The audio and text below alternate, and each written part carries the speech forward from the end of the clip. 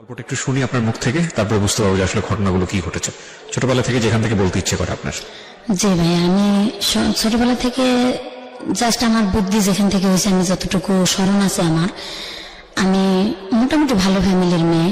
আমার আব্বা যুদ্ধের আগে নাকি ইন্টার পাস করছেন, কিন্তু লেখাপড়া থাকলে কি হবে, ওনার জ্ঞান সঠিক ছিল না বা আজও নেই। আর আমার বিয়ের পর নাকি বাচ্চা হতো না, তার সন্তান ছিল না বলে গ্রামের মানুষ, ধরেন যারা দোকানপাট করতো বা ব্যবসা বাণিজ্যের কাজে যাইতো, তার ওয়াইফরা আসে আমার আম্মারা বলতো যে তুই এখন বাইরে বের হোস না, তোরা দেখলে হয়তো সাত নষ্ট হবে, এরকম একটা গ্রামের ভাষায় বলতো। আমার আম্মা অনেক কান্দাকাটি করতো। এরপরে আমার বড় আপা হয়, আমার বিয়ের 9 বছর নাকি 11 বছর পরে আমার বড় আপা হয়েছিল। তারপরে আমি আমার আব্বা হয়তো এত বছর পরে সন্তান হলো যে একটা আগ্রহ বা একটা এই সন্তান মানুষ করার মতো, তার আল্লাহ পাক অনেক ধন সম্পত্তি ছিল। আমার দাদার দেওয়া সম্পত্তি তার 16-17 বিঘা সম্পত্তি ছিল। আমার বাবা তার মানে ঘরে বসে মোটামুটি ঘরে বসে খেতেন বলতে ঘরে থাকতেনই না উনি, ঠিক মতো ঘরেই থাকতেন না, বাইরে বাইরে ঘোরাফেরা করতেন এবং কোথায় কোথায় ঋণ দানা করে এসে জমি বিক্রি করে সেই ঋণগুলা পরিশোধ করতেন।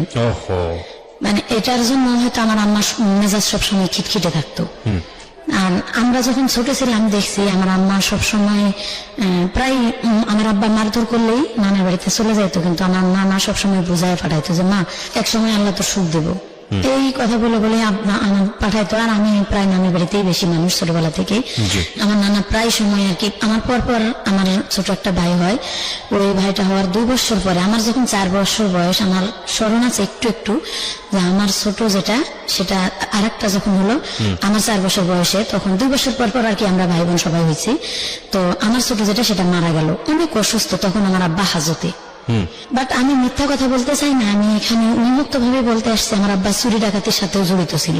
এই কাজগুলো আমি নিজে দেখছি যে আমার আব্বা একদম অন্যায় কাজ করছে এবং আমরা শাসন করছি। তখন যতটা ছোট ছিলাম ওটা বলার মতন ছিল না, হয়তো আমার আম্মা কতটুকু হেল্প করছে না করছে বা কত কি করছে তা এটা বলতে পারবো না।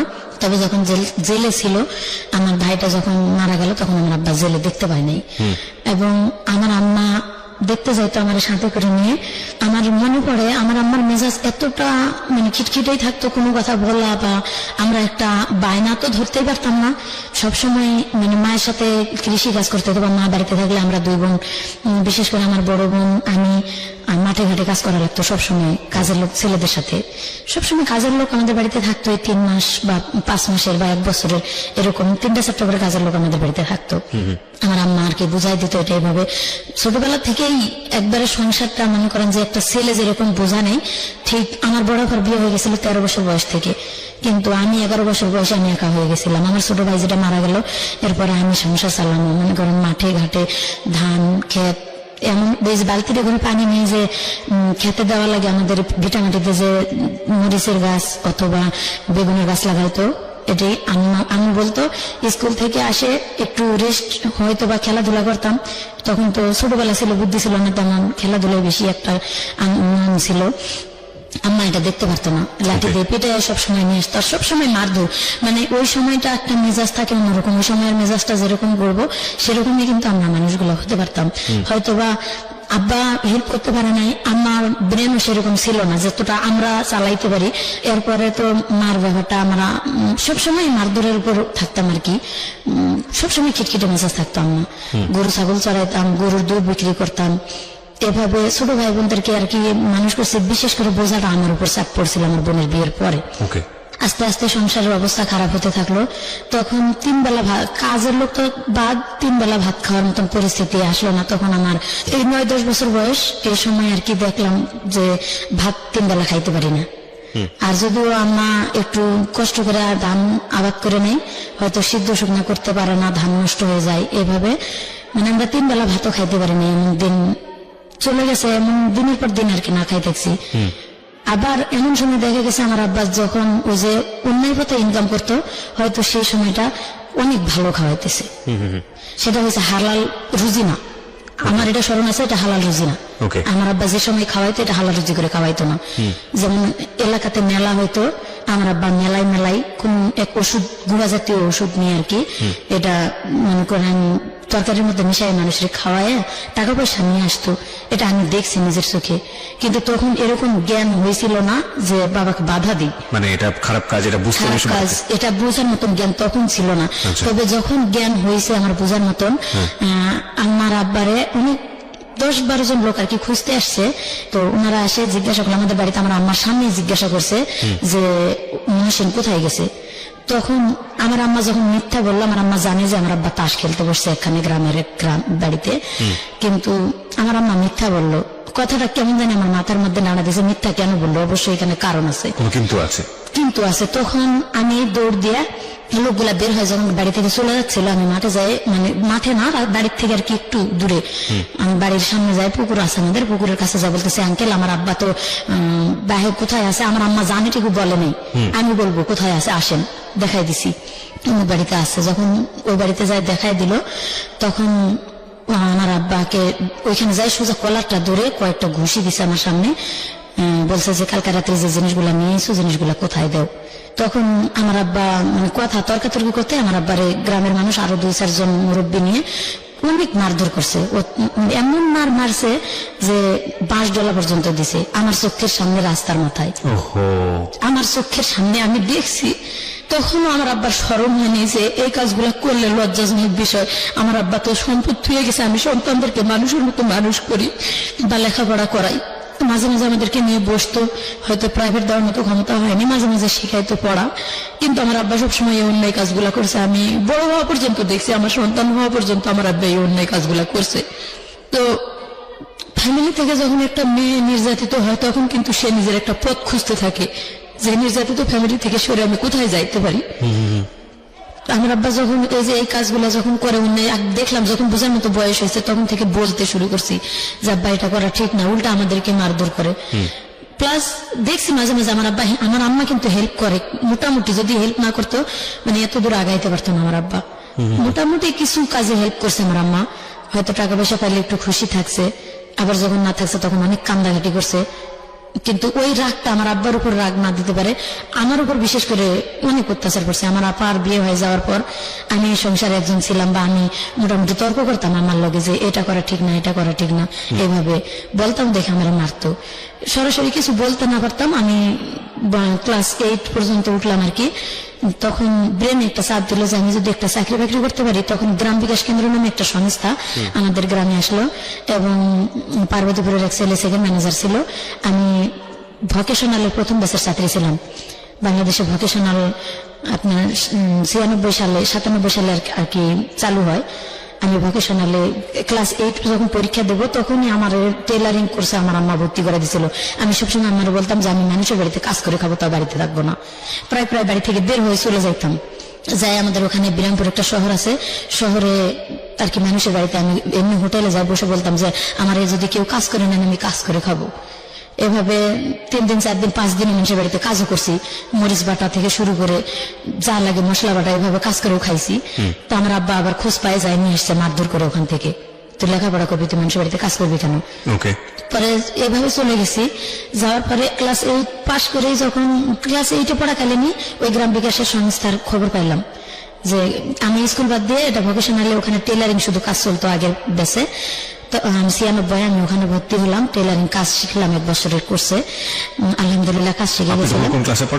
আমি তখন ক্লাস 8-এ পড়ি। 8-এ পরীক্ষা দিলাম না, এইটা পরীক্ষা না দিয়ে ওখানে আমার আম্মা ভর্তি করে দিয়ে আর কি আমার কাজ শিখালো। আমি খুব আগ্রহী ছিলাম কাজ শেখার জন্য। পরে ওখানে ভর্তি করে কাজ শিখালো। কাজ শিখার পাশাপাশি এদিকে আমি হাট করি, বাজার করি। হাট বাজার করে যতক্ষণ এরা নিয়ে আসি ততক্ষণে কিন্তু আমার ভাইদেরকে খাওয়ানো হয়।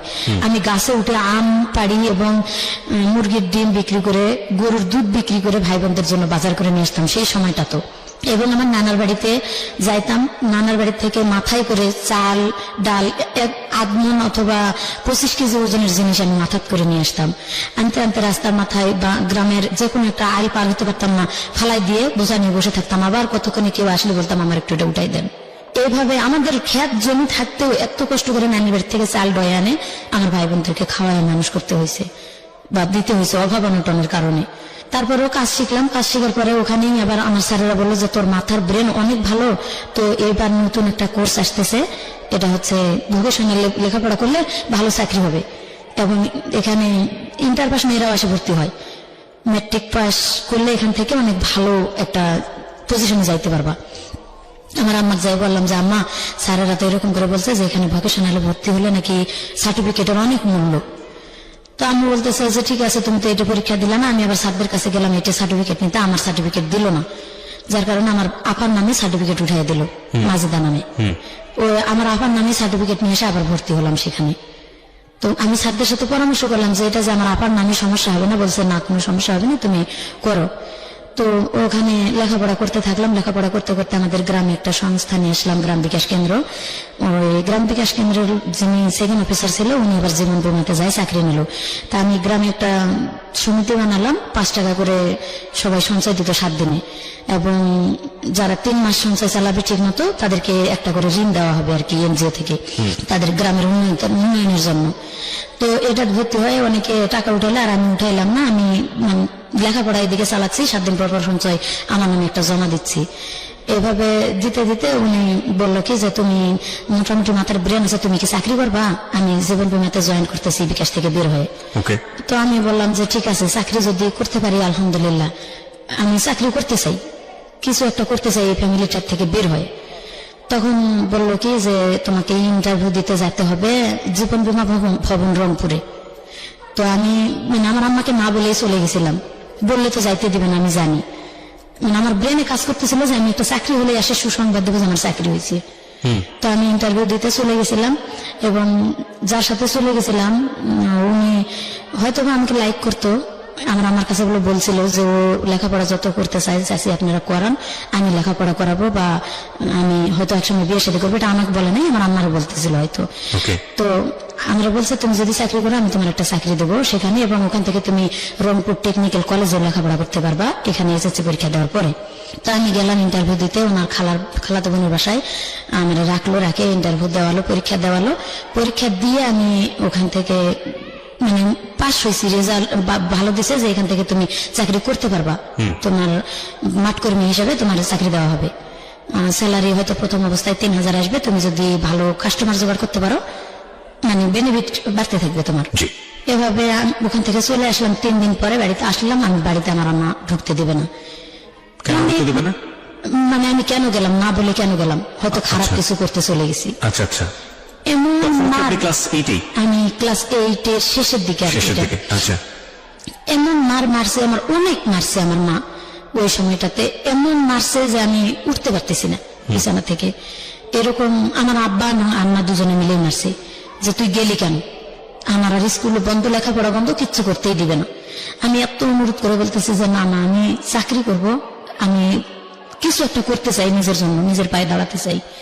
তখন কিন্তু সুযোগ ছিল অল্প লেখাপড়াতে, কিন্তু তারা করতে দেয়নি।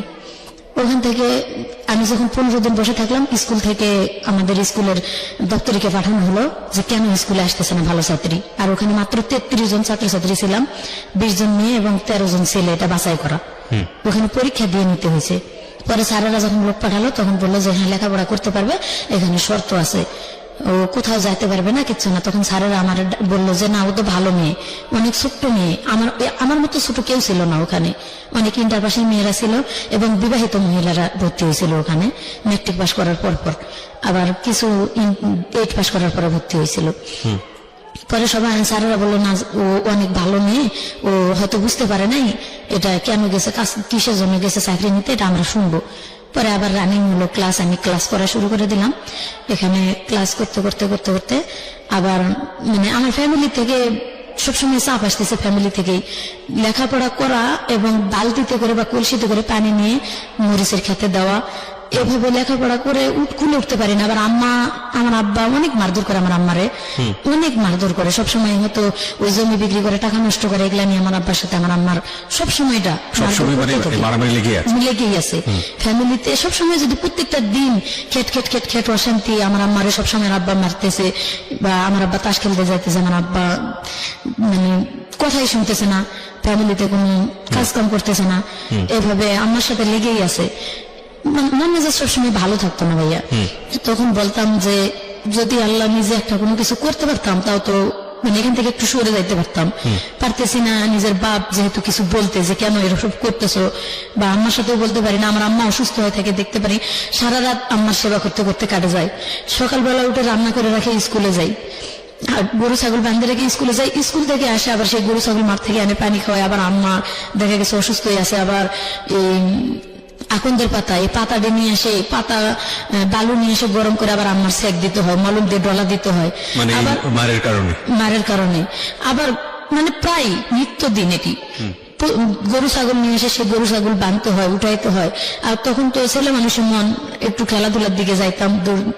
খেলাধুলা করলে হয়তো গরু ছাগল কারো খেতে গেছে, ধরে খোয়াড়ে দিছে। আমার আব্বা যদি শুনছে যে খোয়াড়ে দিল, আমি ঘুমায় গেছি, হয়তো বা ঘুমার ভান করে রয়েছি, খোয়াড়ে যদি গরু ছাগল দেয়, এই সময় কিন্তু নিজের মনটাই খারাপ থাকে যে গরুটা আমি চড়াইতে নিয়ে গেলাম বা ছাগলটা চড়াইতে নিয়ে গেলাম, খোয়াড়ে দিল। ঘুম আসে না আমার আব্বা যতক্ষণ বাসায় না আসে। আমি কিন্তু চুপ করে চোখ বুঝে শুয়ে থাকি।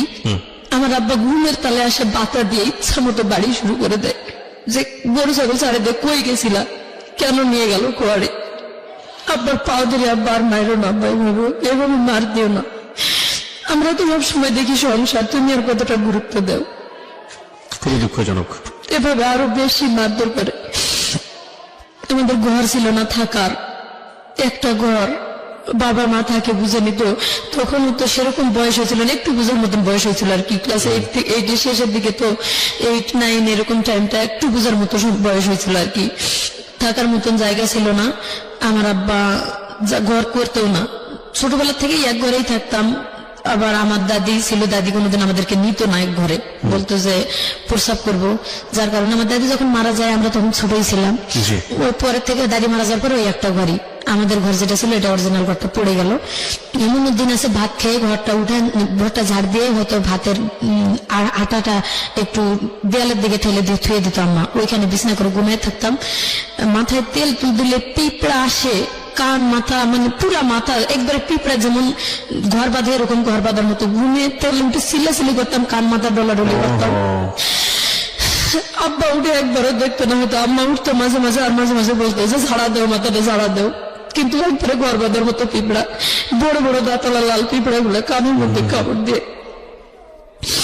এরপর এত কষ্ট করে থাকতে থাকতে আল্লাহর কি হুকুম, এরপরে 95 বন্যাতে আমার ঘরটা সব ভাঙে গেছিল।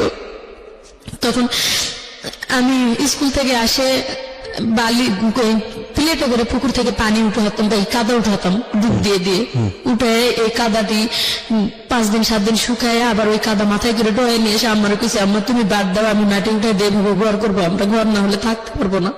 তাল পাথর বেড়া করে থাকে, পরে ওই ঘর দিয়ে আমরা নিজেরাই ঘর তৈরি করলাম, আম্মা আর আমি। বিশেষ করে আম্মা আর আমি পরিশ্রম করে ঘর দুটা তৈরি করলাম, মাটির ঘর। এবং গ্রামীণ ব্যাংকের থেকে কিস্তি উঠায় আম্মা ঘরে টিন দিল, দিয়ে মোটামুটি আর কি একটু সচ্ছলের দিকে তখনকার থেকে হালকা নিজেরা আম্মা আমি এই কিস্তি উঠায়া গরু ছাগল পালে, এভাবে খেত খামার নিজেরা একটু করে চালাইতে পারতেছি টুকটাক করে। ঠিক এরকম অবস্থায় আমার স্মরণ আছে যে আমি যখন ক্লাস 9 প্রথম দিকে, তখন মানে গ্রামে টিভি ছিল, সাদা কালো টিভি, আমার এক মামার বাড়িতে, গ্রামে হয়তো আর এক ভাইয়ের বাড়িতে। তো রাত্রে সবাই যাইতো, আমরা মাঝে মাঝে লেখাপড়া শেষ করে আবার টিভিও দেখতে যাইতাম। তো একদিন রাত্রে আমি টিভি দেখতে গেছি আমার মামার বাড়িতে, আমার অনেক খারাপ লাগতেছে। আম্মারে বলতেছে, আম্মা আমার যেন শরীরটা অনেক খারাপ লাগতেছে, তো তোমরা নাটক শেষ করে আসো। তখন ছোট ছোট ডেউ নাটক হতো, বলছি যে তোমরা পরে আসো একটু, আমি আগে যাই। তো নাটক শেষ হয়নি, আমি চলে আসছি। আমি আসি, আম্মা পিছে পিছে, আমার আম্মা ওরা চলে আসছে। আর আমি যে চলে আসছি, আমার মামা তো ভাই কোন ভাগ দিয়ে চলে আসছে ঘরে আমি জানি না। আমি সোজা আমাদের বাড়িতে ঢুকে আগে আমার মানে কারেন্টের সুইচ অফ না করে ঘরের দরজাটা শুধু খুলে দিছি, তালাটা খুলে বাইরের দরজা খুলে রেখে আসছে। আম্মা তো পিছে আসবে 10 মিনিট পরে। আমি বাইরের দরজা খুলে রেখে চলে আসে, তালাটা খুলে আমি কলপাড়ে গেছি যে প্রস্রাব করে হাত মুখ ধুয়ে আসি, ধুয়ে ঘুমাবো। আমি কলপাড়ে গেছি, কলপাড় থেকে ঘরে এসে ঢোকা মাত্র আমার মামাতো ভাই আমার জড়ায় ধরছে। যখন ও আমার জড়ায় ধরছে, আমি চিনতে পারি না কি, আমি চিৎকার যে জোরে দেবো এরকম পারি না, তার কারণে এটা গ্রাম মান সম্মান যাবে। আমি বলতেছি যে কে তুই সর, আমার কাছ থেকে সরে যা। ওর সাথে সরতে পারতেছি না, তবে মানে এত জোরাজোরি করতেছে, খামসা করতেছে। আমি ওরা ধাক্কা দিয়ে চৌকির উপরে, আমাদের ঘরে চৌকি ছিল, চৌকিতে ফালাই দিতেছি, ও আবার উল্টা আমারে ধাক্কা ফালাই দিতেছে।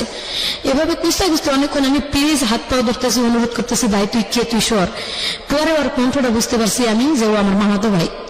তো আমি ওরা বলতেছি তুই আমার এখানে কেন আসছিস ভাই, তুই সর ভাই। যখন শুনি না তখন অনেক খারাপ ভাষা, গ্রামে খারাপ ভাষা তো জানেনি কি কি খারাপ ভাষা করে বলতে হয়, একবার এইভাবে বলতেছি, এরপরও শুনে না। তার মধ্যে আল্লাহর হুকুম আমার আব্বা আম্মা চলে আসছে।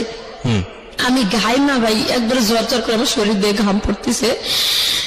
আমার আব্বা আম্মা আসে বাড়িতে ঢুকছে, ঢোকার পরে ওর সাথে সাথে চোখের নিচে ঢুকে গেছে। ও যখন চোখের নিচে ঢুকে গেছে, আমার আম্মা আসে সোজা ঘরে ঢুকছে, আমার আব্বা আসে বাহিরে খিল লাগাই দিয়ে টিউবওয়েল পড়ে গেছে। তো আমার আব্বা যখন টিউবওয়েল পড়ে গেছে তখন আমার আম্মা ঘরের দরজার পাশে দাঁড়িয়ে আছে, আর আমি কাঁপতেছি। আমার যে আম্মা ডাকতেছে ঘরে, বাতির দেশ নিকা, বাতির দেশ নিকা। আমি ভাই আমার কণ্ঠ বের হইতেছে না যে আমি কথা বলবো, এরকম মানে এতটা আতঙ্ক হয়ে গেছি। এবং ভয় তো এর কাছে, আবার ওর সাথে অনেকক্ষণ ধরে যুদ্ধ করতেছি, প্রায় 15-20 মিনিটের বেশি। আমার আম্মা সুইচ যখনই সুইচটা দিছে, আর ও দরজা একবারে মানে দরজা সোজা চোখে নিচ দিয়ে এই মাথাতে ঢুকে এই মাথাতে বার হয়ে দৌড় দিছে। ও যখন বাহিরে দৌড় দিছে, আমার আব্বা প্রসাব করা বাদ দিয়ে মনে হয় কে কে করে দৌড়াতে দৌড়াতে ও চলে গেছে।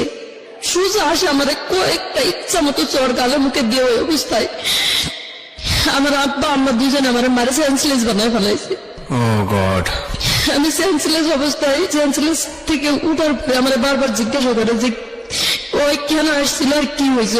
তারা মনে করে যে আমার সাথে দুর্ঘটনা, আজও তারা বিশ্বাস করে না যে কিছু হয় নাই। আমি এত আল্লাহর কসম, আমার মায়ের কসম দিয়ে বলি যে আমার সাথে কোনো কিছু হয়নি মা, আমি কোনো কিছু করতে দেইনি। আর যদি হয়তো এটা জোরপূর্বক কিছু হইতো। আমার আম্মা বিশ্বাস করে না, তুই মিথ্যা কথা বলে হয়তো ওর সাথে পরামর্শ করে তোরা আইসিস, সেটা এইভাবে যে আমরা ওখানে আইসি, তোরা পরামর্শ করে এখানে আইসিস। আল্লাহর কসম ভাইয়া, আমার সাথে ওর সাথে কোনোদিন এই ধরনের কথা ভাই, ও কখনো আমার এই কথাটা বলেও নাই।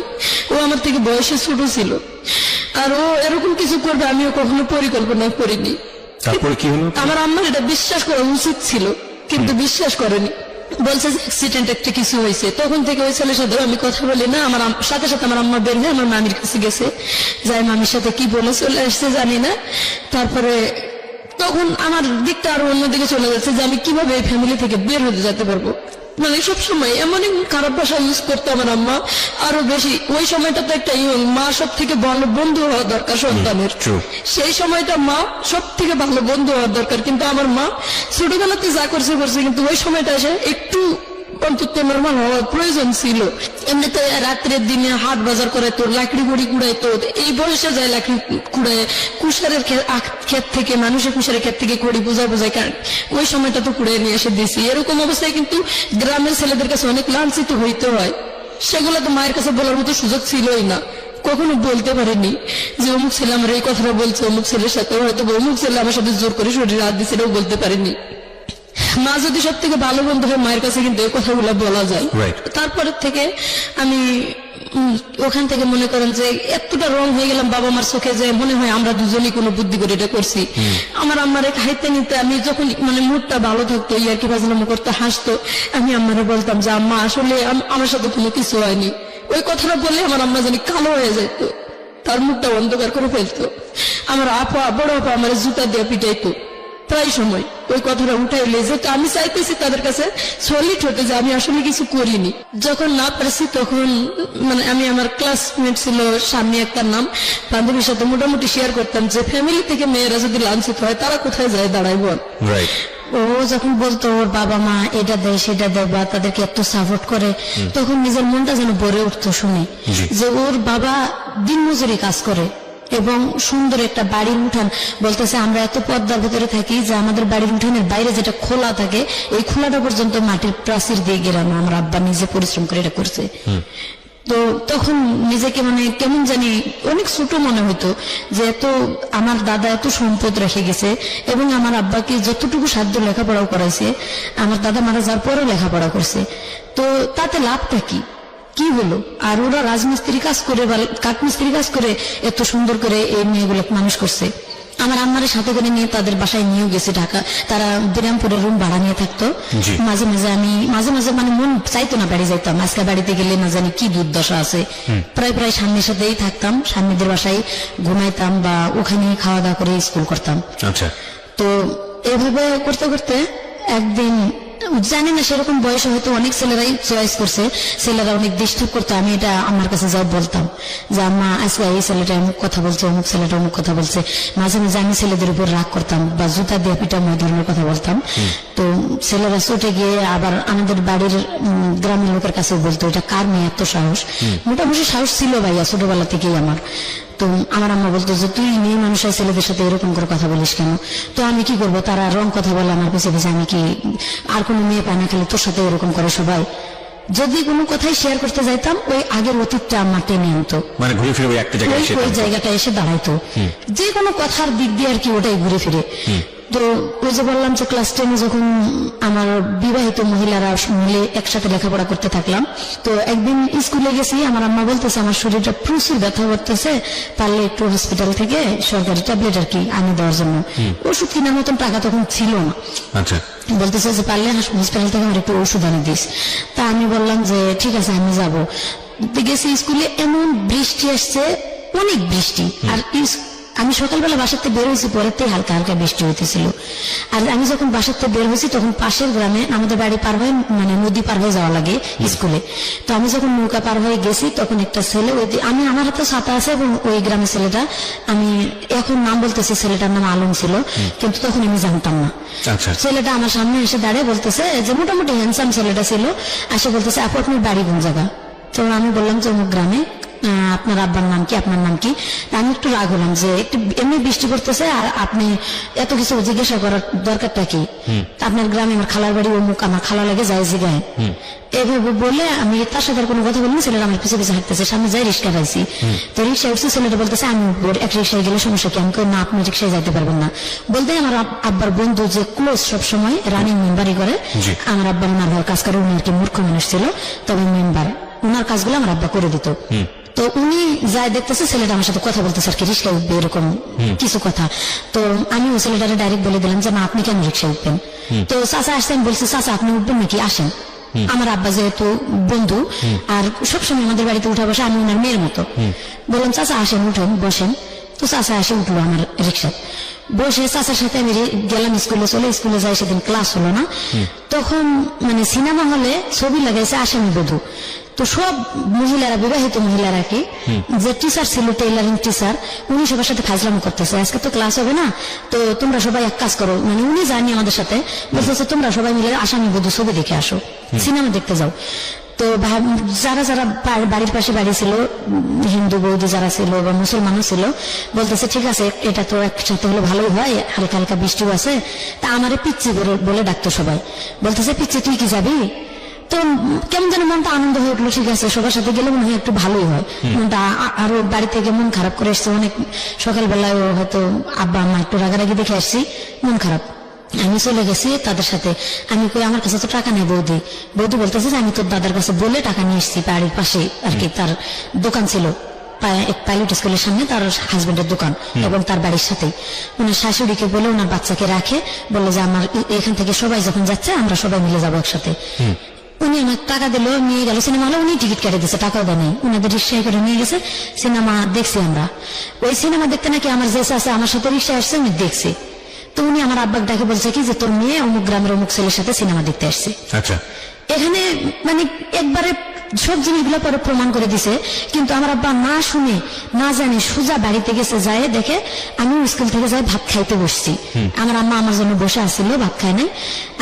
আম্মা বলতেছে স্কুল থেকে আসতে আসতে এত দেরি হলো কেন? আমি কথাটা মুখ দিয়ে বলবো যে সিনেমা হলে গিয়েছে, এই কথাটা বলার মতো সুযোগ পাইনি, আমার আব্বা বাড়িতে এসে ঢুকছে। এবং উল্টা আমার আম্মা আবার প্রশ্ন করতেছে তোরা যে ওষুধ আনতে বলছিলাম তুই কি ওষুধ আনছিলি? তো আমার আব্বা একটা খারাপ ভাষা ইউজ করে ডাইরেক্ট মানে ফিরাতে আমরা বসে ভাত খাই, আমার আম্মা এক প্লেটে বসে, আমি এক প্লেটে বসছি, আর এক প্লেট তুলে আমার ঠাস করে মাথার উপরে বাড়ি দিচ্ছে। তো মাথাটা আমি হালাইছি, পরে এখানে বাড়ি, এখন দাগ আছে, এখানে কাটার মানে ফেটে গেছে জায়গাটা। আমি তো সেন্সলেস হয়েছি কিনা ওই মুহূর্তে বলতে পারি না, তারপরে কি হয়েছে তা বলতে পারি না। আমার আম্মা নাকি আমার উপরে পড়ছে, আমার আম্মারও অনেক মারধর করছে। আশেপাশে বাড়ির মানুষ জমা হয়েছে, কেন মারধর করছে, ডাইরেক্ট এই খারাপ ভাষায় ইউজ করছে আমার আব্বা, যে এরকম অমুক ছেলের সাথে সিনেমা দেখতে গেছে। এভাবে যদি বাবাই বলে তাহলে কি একটা মেয়ের বিয়ে দিতে গেলে কিন্তু অনেক কষ্ট হয়ে যায়। বড়াম্মারা বলতেছে যে আমরা তো বাড়ির পাশে থাকি, আমরা তো দেখি না। একটা আমি আমার আম্মার এত সংসারে হেল্প করার পরে যদি বড়াম্মারা বলে যে মা আমাদের একটু রুটি বানায় দিয়ে যা, অথবা রান্না করে দিয়ে যা, তরকারি কাটে দিয়ে যা, ঘর লেপে দিয়ে যা, আমি কিন্তু তাও করি। এর জন্য সবাই আমার ভালোবাসে যে ও বাড়ির কাম করে করে আমাদেরও কাজ করে দেয়। তাদের মেয়েরা আর কি এতটা কাজ করে না, তাদেরকে বলে দেখ ও নিজের বাড়ির কাজ করে লক্ষ্মী মেয়ের মতো, আমরা বললেও কোনোদিন না করে না। তো তারা আসে এই কথাগুলো বলে যে ওর তো কোনো সময় আমরা এরকম দেখি না, উশৃঙ্খল। তো ও এ ধরনের কাজ করছে, সেটা তুমি বাপ তুমি গোপনে এসে বলতে পারতা আস্তে আস্তে যেটা করা ঠিক না, তুমি এভাবে মারধর করলা কেন? এরপরে আমি লজ্জায় গলায় ফাঁস নিতে গেছি, ভোরবেলার দিকে জ্ঞান ফিরছে আর কি। আমি জ্ঞান ফিরে দেখি আমি শুয়ে আছি একা, আমি অন্য পেশে আর কি গলায় ফাঁস নিতে গেছি। যে এভাবে ছোটবেলার থেকে অত্যাচারে মানুষ হতেছে, আবার এখন উপযুক্ত হয়েছি, যদি ফ্যামিলিতে অত্যাচারিত হয় এভাবে কোন ভালো ঘরে বিয়ে হবে? আমাদের তো ভালো ঘরে বিয়ে হওয়ার কোনো সম্ভাবনাই নাই। যার কারণে আমি গলায় ফাঁস নিয়ে মরতে গেছি। আমার আব্বাই দেখছে, আবার কেমনে ঘুমিতেছে তখন পাইছে আমি আর এক ঘরে থাকি, ঘরের মাঝখানতে দরজা, ওই দরজার মানে দরজা লাগানো ছিল না। দুটা ঘর করছিলাম আম্মা আমি মিলে, কিন্তু দরজা ছিল না, টাকা পয়সা অভাবে বানাইতে পারিনি। তো ওই পাশের ঘরে আমি ছিলাম। আমার আব্বার দেখে আবার দৌড় দিয়ে ঘরে যায়, উন্নাটা খসে আবারও মারছে আমার। তখন অনেক মারলো, মারার পর আবার স্কুল লেখাপড়া বন্ধ। তো যখন 7 দিন স্কুলে না গেছি, এদিকে তো মানে 3 দিন পরে ওই ছেলের নাকি আব্বা দেখা পাইছে। ওই ছেলের বাড়ি যে অমুক গ্রামে, আমাদের পাশের বাড়ির এক ছেলেই ওই ছেলের দেখা পায়। পরের দিনেই বলছে যে কিরে তুই নাকি মুর্শিদাবাদে নিয়ে সিনেমা দেখতে গেছিস, তোর জন্য দেখ মেয়েটার মারে কি অবস্থা। কয় মুর্শিদাকে আমি তো চিনি হয় না। তখন যে ওইভাবে যখন বলছে আমি চিনি না, তুই চিনিস না, অথচ তার এভাবে মারলো, তুই কি সত্যি সিনেমা দেখতে যাস নাই? কয় না আমি সিনেমা দেখতে যাই নাই। তো 3 দিনের দিন ছেলেটা নিজে আব্বার সাথে দেখা হয়, আব্বারে বলে বলতেছে যে চাচা আপনি বলে আমার জন্য আপনার মেয়ের তো দুর্নাম হবে, আমারও দুর্নাম হবে এলাকাত। আপনি কি যাচাই করছিলেন যে কোথায় গেছিল আপনার মেয়ে, কেন গেছিল, কার সাথে গেছিল? আমার আব্বা বলে কথা বলে না, বলতেছে যে কোনো ঘটনা না, আপনার মেয়ে নদী পার হয়ে আমার আমি জিজ্ঞাসা করছি আপনার নাম কি, আপুর নাম কি, আর বাবার নাম কি? তো আপনার মেয়ে আমার নামই বলেনি, আমি জান মুখে আপনার মেয়ের নাম মুর্শিদা। তখন আব্বা বাড়িতে এসে ভাত খাইতে বসে কাঁদতেছে আর কি, লজ্জায় নিজের মাথাটা উঁচু করে দেখাইতে পারতেছি না মেয়ের সামনে। আমি এভাবে মেয়েরে মারলাম, রাইট, এটা নিজের থেকে আর কি অনুতপ্ত হলো আমার আব্বা। কিন্তু আমি লজ্জায় আমার আব্বার সামনে আসিও নেই। কয়েকদিন মনে হয় না খাইছিলাম, আমি বলতে পারি না কয়েকদিন না খাইছিলাম। না খাই থাকলেও কিন্তু মার কাছে হেল্প করছি, মার সাথে মানে মন বার অবস্থায় চলতেছে, হেল্প করতেছি। আমার মামা ডাক্তার ছিল, পিছনে ব্যান্ডেজ একটু করে দিয়েছিল, মানে রক্ত বেরিয়েছিল। এইভাবে যে ছেলে আমার সাথে যে করলো না প্রথম, ওই ছেলে বাবাই ডাক্তার, মামা আমার। এভাবে আর কি 7 দিন যখন গেল তখন আবার স্যারেরা খোঁজ নিল যে এই মেয়েটা স্কুল অ্যাবসেন্ট করে না, তা আবার কেন অ্যাবসেন্ট করলো? তখন বাড়িতে আবার দপ্তরে আসলো, আম্মা বললো যে ওর লেখাপড়ার দরকার নেই, আমরা বিয়ে শাদী দিয়ে দেবো, এভাবে হবে না। মানে আমার আব্বার উপর রাগ করে এটা বলতেছে যে কারো কাছে শোনা নাই কিছু নাই, নিজের মেয়ের দুর্নাম বার করে বসে থাকে, এভাবে আর করবো না, থাক। তখন আমি মানে স্কুলে যাবো না, একটা ডিসিশন নিয়েছি স্কুল আর করবোই না। এইভাবে 2 দিন 4 দিন পর স্কুল বন্ধ করে দেয়, ইচ্ছা মতো কয়ে যাও, এটা হবো না, এভাবে লেখাপড়া আমি করবো না।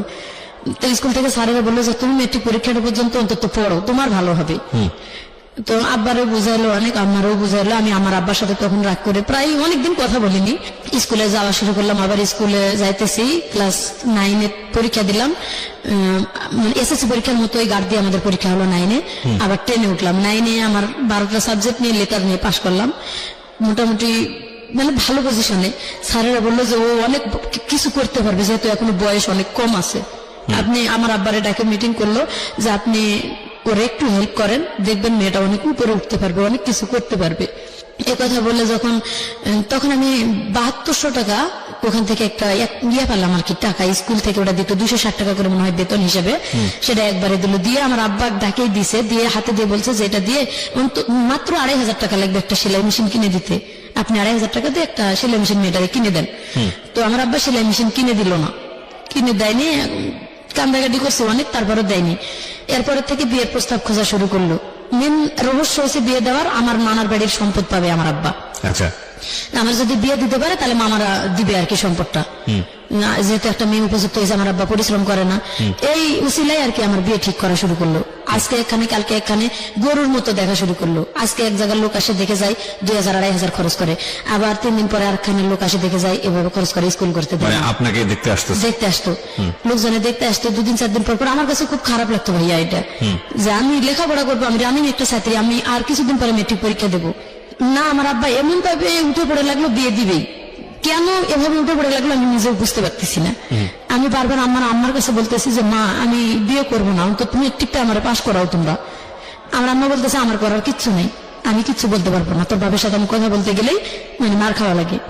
তো যাই হোক আমার বিয়ে ঠিক করলো, এক জায়গায় বিয়ে ঠিক হলো, সম্পূর্ণ লেনদেন সবকিছু ঠিক। বিয়ের 3 তারিখ ঠিক, সোমবারের দিন বিয়ে হবে। 1 সপ্তাহ আগে থেকে আত্মীয় স্বজন দাওয়াত দেওয়া শেষ। একেবারে মানে বুধবারে, সোমবারে বিয়ে হবে, বুধবারের দিন আসে কি কি ঘটনা নিয়ে বিয়ে ভাঙাভাঙ্গি। মানে কোন আত্মীয় স্বজন বলে দিছে যে ওই ছেলের বাপের কাছে যে আমার আব্বার চরিত্র ভালো না, মেন সমস্যা হয়েছে ওই জায়গায়। আবার আমার যে ওই যে মানে আগে সেই ঘটনাটা এটাও বলে দিছে যে মেয়ে চলিত নেই, মেয়ের মামাতো ভাইয়ের সাথে মানে এরকম কিছু হয়ে গেছে, তার বাপ মাই প্রমাণ বের করছে, অন্য কেউ না। এভাবে আর কি ওই বিয়েটা ওই ছেলের বাবা দিবে না।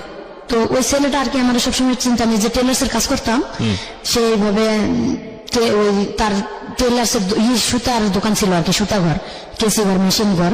তো ওখান থেকে সবসময় সুতা কিনতাম। এই অনুতাপে ছেলেটার সাথে চেনা পরিচিত ছিল। আমার যখন দেখতে আসছে ঘটকের মাধ্যমে আসে, সুধা মানে টেবিল বসাইছে, টেবিলের মাঝখানে ওর বড় ভাই এবং আপন দুলাভাই এবং ছেলেটা। যখন আমার মাথার ঘুমটাটা খুলে তখন ছেলেটা শুধু বলে উঠছে যে মুর্শিদা তুমি তো, আমি তো তোমাকে ভালো করে চিনি। এখানে আমার ফুফা আবার একটা পেঁচ বাজালো যে অবশ্যই ছেলের সাথে কোনো ঘটনা আছে মেয়েটার, নাহলে ছেলেটা এইভাবে বলবে কেন। তো ওই ছেলেটা ডাইরেক্ট মুখের উপর বলে দিল আমার সাথে ঘটনা থাকবে না থাক আমি ওরাই বিয়ে করবো, আমি ওরে চিনি আগে থেকে। মেয়েটার আচার চরিত্র, ছেলের বাড়ি আমাদের বাড়ির কাছে। নাম কি ছিল? নাম ছিল মুস্তফা। মুস্তফা। মুস্তফা বললো আপনাকে বিয়ে করবে? হ্যাঁ, ছেলে বললো যে আমি ওকেই বিয়ে করবো। এবং বিয়ে ওই যে ওখানে ঠিক হয়ে গেল সব, সোমবারের দিন বিয়ে হবে। ছেলের বাপ রাজি না। মাঝখানে ছেলে বলতেছে যে আসলে নাকি 13 বিঘা সম্পত্তি ছিল নিজে কিনছিল এবং দাদাই দিছিল কতখানি, এটি দিয়ে নিজস্ব ছিল। যখন বিয়ে ভাঙে যাওয়ার মানে ধরছে তখন ছেলে বলছে আমার আব্বারে আসে যে আমার আব্বা বিয়ে দেখ বা না দেখ, এটা আমি শুনছি আর কি, কথা আমি জানি না, মানে বাজারে আসে ছেলে বলতেছে আমার আব্বা বিয়ে দেখ না দেখ আমার 13 বিঘা সম্পত্তি আছে, দরকার হলে 2 বিঘা সম্পত্তি বিক্রি করে আমি টাউনে বাড়ি করবো, আপনার মেয়ে নিয়ে খাবো, আপনি বিয়ে দিতে সমস্যা কোথায়?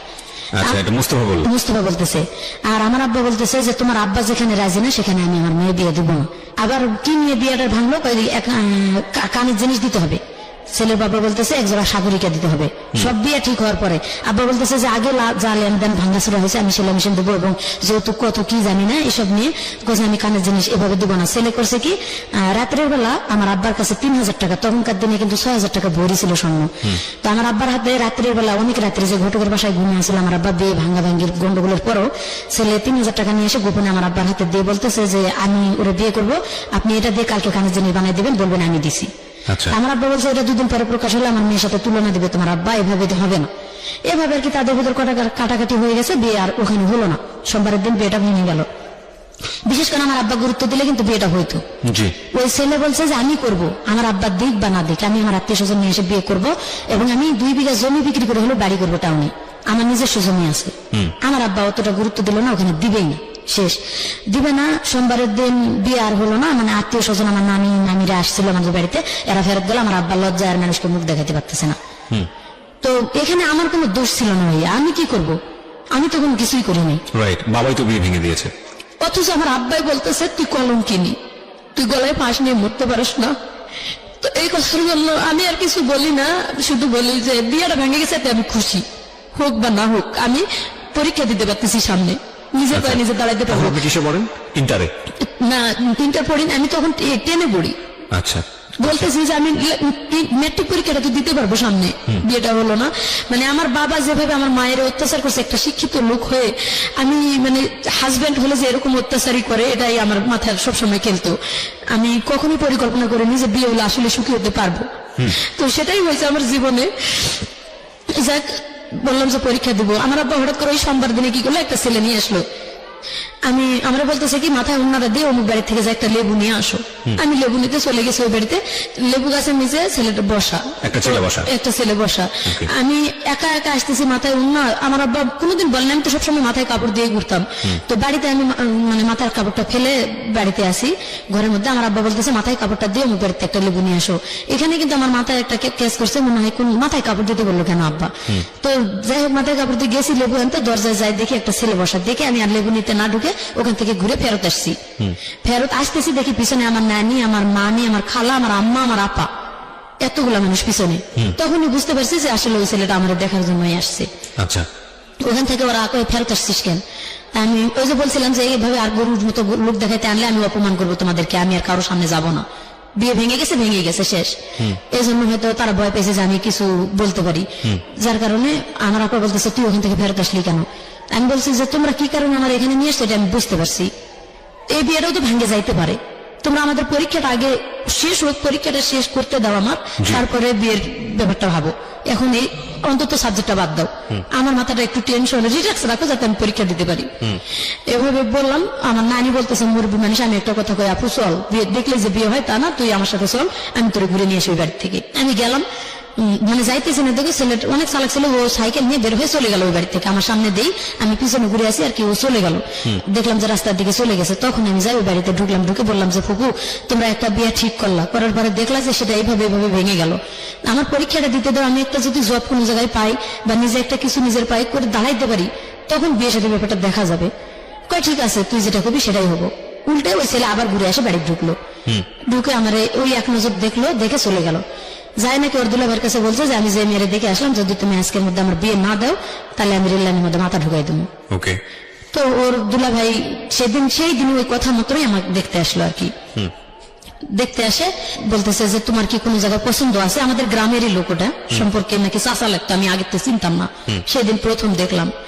তো বলতেছে যে আমি ওনার ভাই, অমুকের ভাই লাগি, আমার বাড়ি এই গ্রামে, আমি বিয়ে করে ওখানেই থাকি।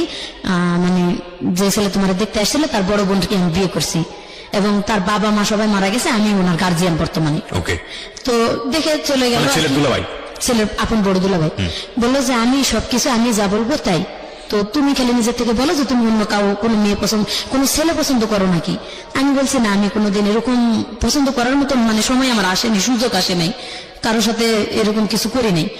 আমার আব্বা আম্মা যেখানে বিয়ে দিবে আমি সেখানে রাজি আছি।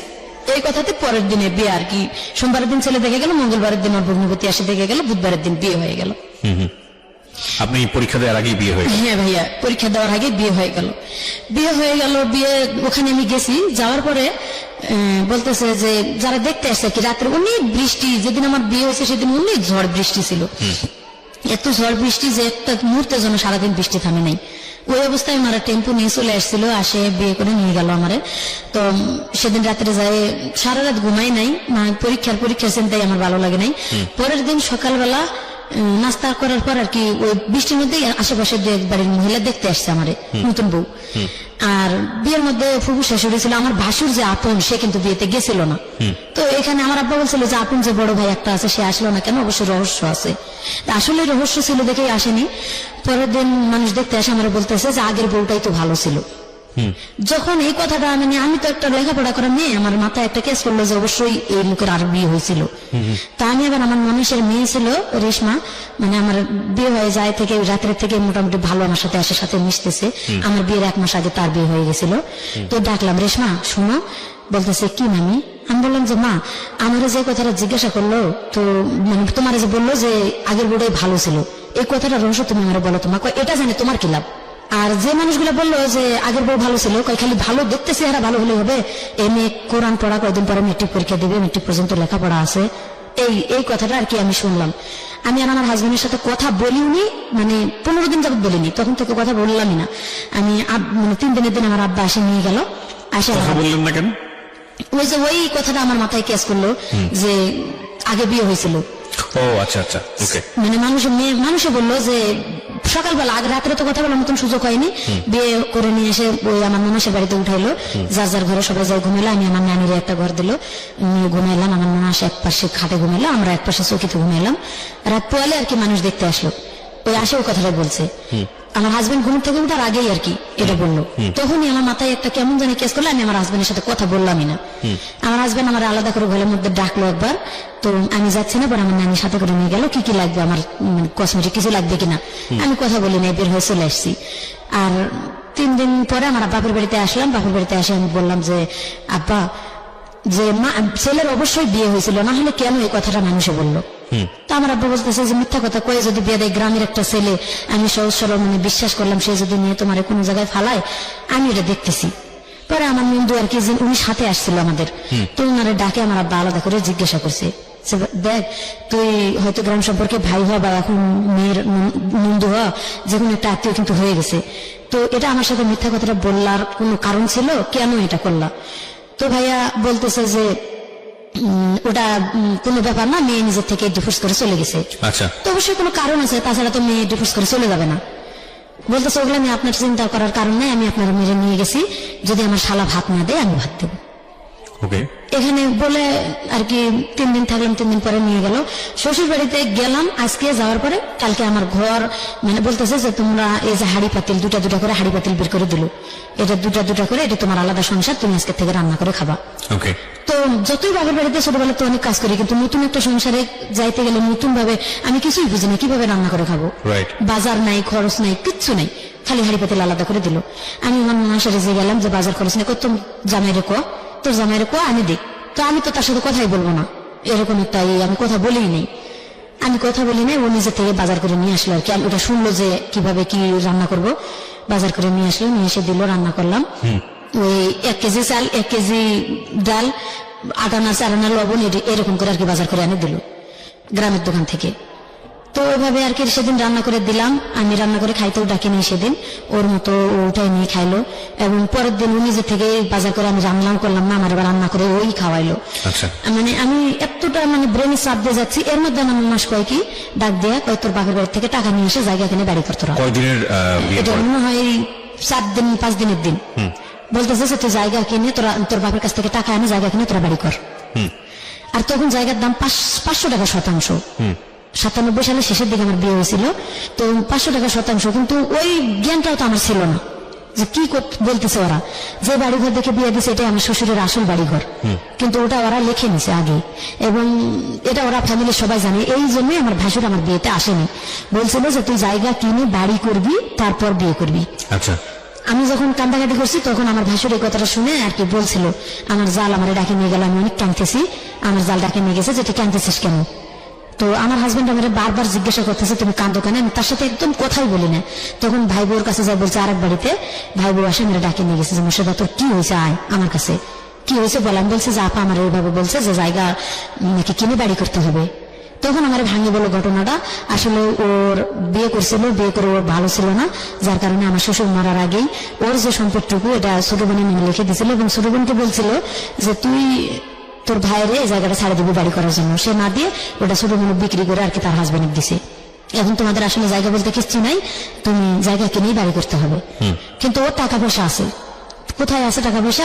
ওর যে এই দুলাভের কাছে 15,000 টাকার মতো রাস্তার কাজ হয়েছে, ও কাজ করে টাকা রাখছে, ওই টাকা নিয়ে ওর সাথে আগেও গন্ডগোল হয়েছে, এই জন্য তোমার ভাইসুর বিয়েতে যায় নাই। বলছিল যে যা তোর টাকা আছে জায়গা কিনে বাড়ি করে তুই বিয়ে কর। তো ওটা শুনে নাই যখন, এই জন্য তোর ভাইসুর বিয়েতে গেল না। তা আমি আবার মানে বাধ্য হয়ে তখন আমি আমার বাবার বাড়িতে গেলাম। আবার সেদিন আমি আমার ননাসের কাছে বললাম যে হয় আপনার ভাই বলেন আমাকে নিয়ে যাক, তুই আসুক, আমি আমার বাবা বলে টাকা নিয়ে আসবো। এই কথা আমার মেন রহস্য, আমি যে আমার আব্বার কাছে আবার ঘটনাগুলো খুলে বলবো। আস্তে আস্তে একটা করে সমস্যা রাখতেছে। প্রথম হচ্ছে বিয়ে করছে, দ্বিতীয়ত জায়গা জমি নেই, বাড়ি ঘরে নেই। তো আমার আব্বাকে যাই যখনই বললাম যে আব্বা 15 দিনের জায়গা এটা, গেলাম বাপের বাড়িতে, তো আব্বা বলতেছে যে জায়গা জমি যখন নাই, আমার এখানে অনেক জায়গা আছে, তোমরা এখানে বাড়ি করে থাকবা, যদি ছেলে ভালো হয়, আর যদি দেখি ছেলের কোনো দোষ আছে তা আমি সময় থাকতে তোমার ডিভোর্স করে অন্য জায়গায় বিয়ে দিয়ে দেবো। এটা 15 দিনের মাথায় আব্বা বললো। তা আম্মা বলতেছে যে মেয়ে মানুষের বিয়ে মা একবারই হয়, এটা বলে কোনো লাভ নাই, তুমি একটু কষ্ট করে পারলে করে খাও, দেখো। তো তখন আমি এবার আমার হাজবেন্ডের সাথে আমার বাপের বাড়িতে এসে কথাও বললাম, বা আমাদের মধ্যে মিলামিশাও হলো। পরে আমি বুঝাইলাম যে জায়গার যখন দাম কম আছে, বাপের বাড়িতে থাকার থেকে আসলে নিজের ওইখানে জায়গা কিনে বাড়ি করা ভালো। তা আমার আব্বা কি দিতে চাইছে, তোমার ভগ্নিপতিরে ডাকো, এখানে কি টাকা দিতে চাই বা কি দেয় আমার আব্বার কাছে। আমি কিন্তু আমার আব্বার সাথে ওই আগের থেকে একটু কথা, যখন আমার খুব মারধর করতো তখন থেকে কথা কম বলতাম, আব্বার সাথে কথা বলেই না বললে চলে। ওই বিয়ের পরে যাই খেলে একটা কথা বললাম যে আব্বা কোন বাড়িতে আমার বিয়ে দিলা, এই কথা মানুষে বলে। আর তারপরেও কথা বলি নাই। এই যে আমার আম্মার সাথে বললাম, আম্মা বলতেছে তোমার টেনশন করা লাগবে না, আমি দেখি এটা। পরে আব্বা আমার আম্মার কাছে বলে দিয়েছে যে আমার জায়গা জমি আছে, ওরা এখানে বাড়ি নিজেরা পরিশ্রম করে ওদের টাকা দিয়ে বাড়ি করুক, আমি জায়গা ছেড়ে দেবো।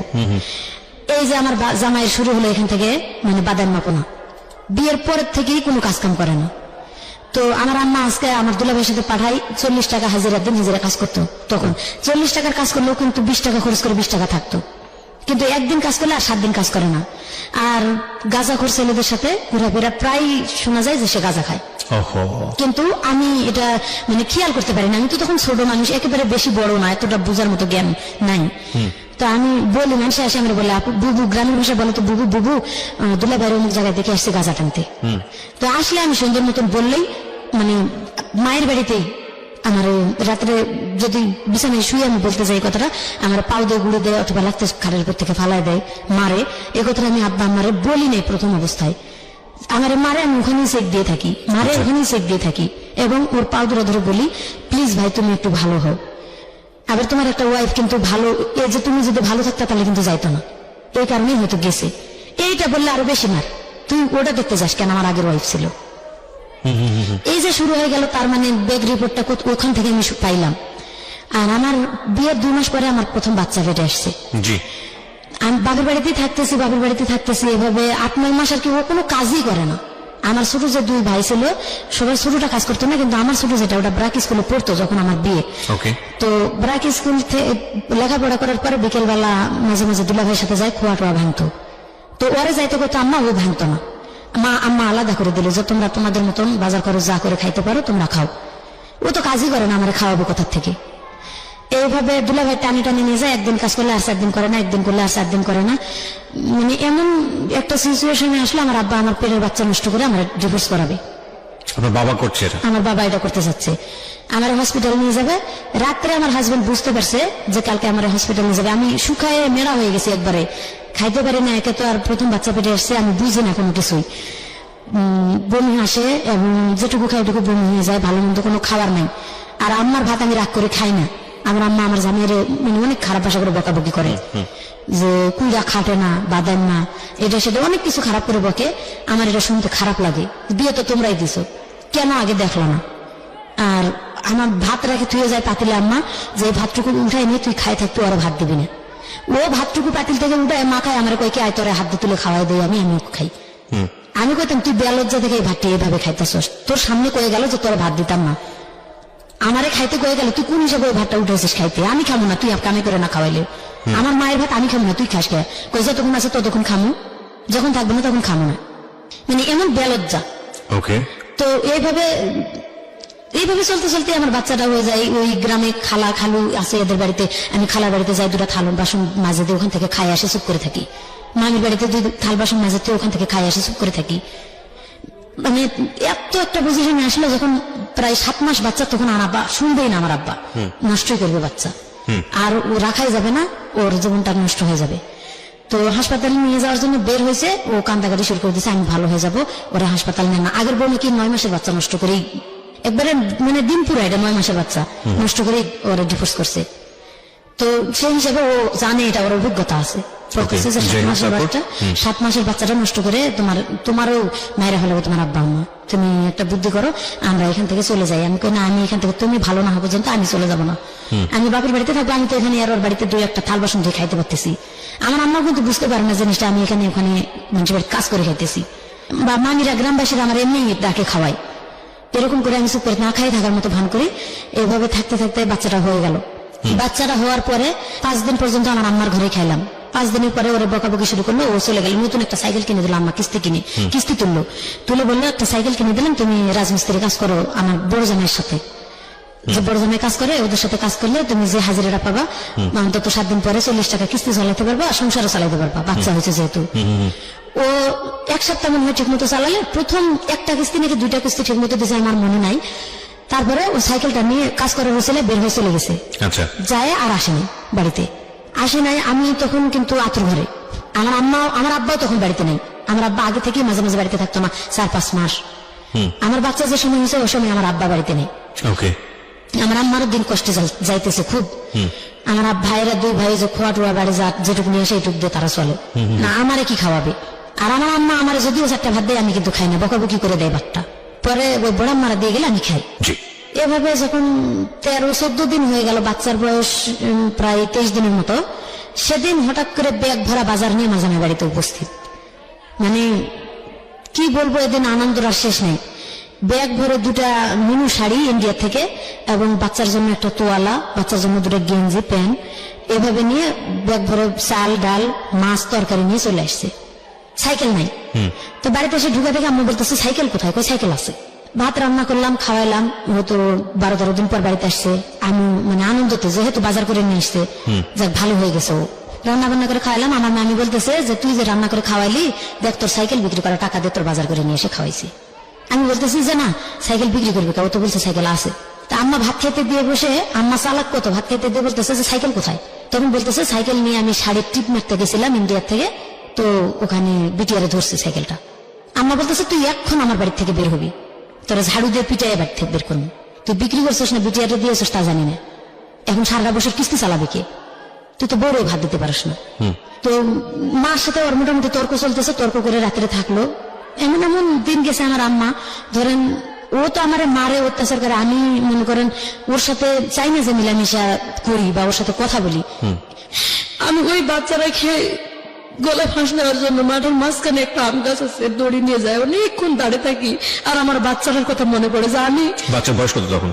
প্রায় 25 দিন মতো, ওকে, যে আমি যদি এই বাচ্চাটা রেখে মারা যাই, আমার আব্বা আম্মা তো ওরা দেখতেই পারে না, আমার সন্তান তো দেখবেই না। যখন পেটে তখনই আমরা নিজেরাই মনে করেন ছোটবেলা থেকে ফ্যামিলিতে অত্যাচারিত, আমার সন্তান তারা কিভাবে মানুষ করবে? এবং বাপ তো ভালো না।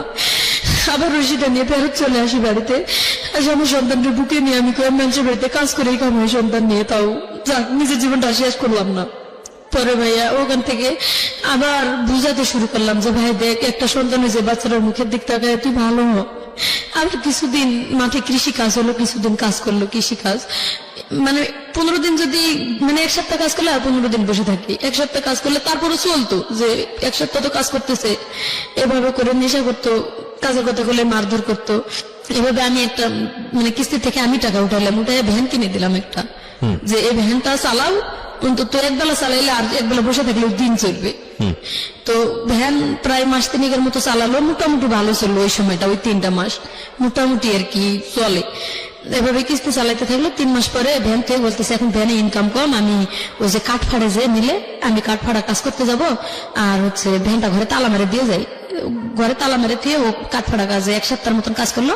আমার আব্বা কি করছে, ওই ভ্যানের চাবিটা আমার কাছ থেকে কয়েছে, ভ্যানের চাবিটা দেও তো। কি করতে কয় কুশারের, আমার আব্বা কুশার আবাদ করতো, বলছে কুশারের পাতাগুলো আনা লাগবে ভ্যানে করে খেতে। আমি চাবি বের করে দিয়ে খালার বাড়িতে বসে আছি, আম্মা যাই বলতেছে তোর আব্বা যে ভ্যান বিক্রি করতে নিয়ে গেছে তুই জানিস?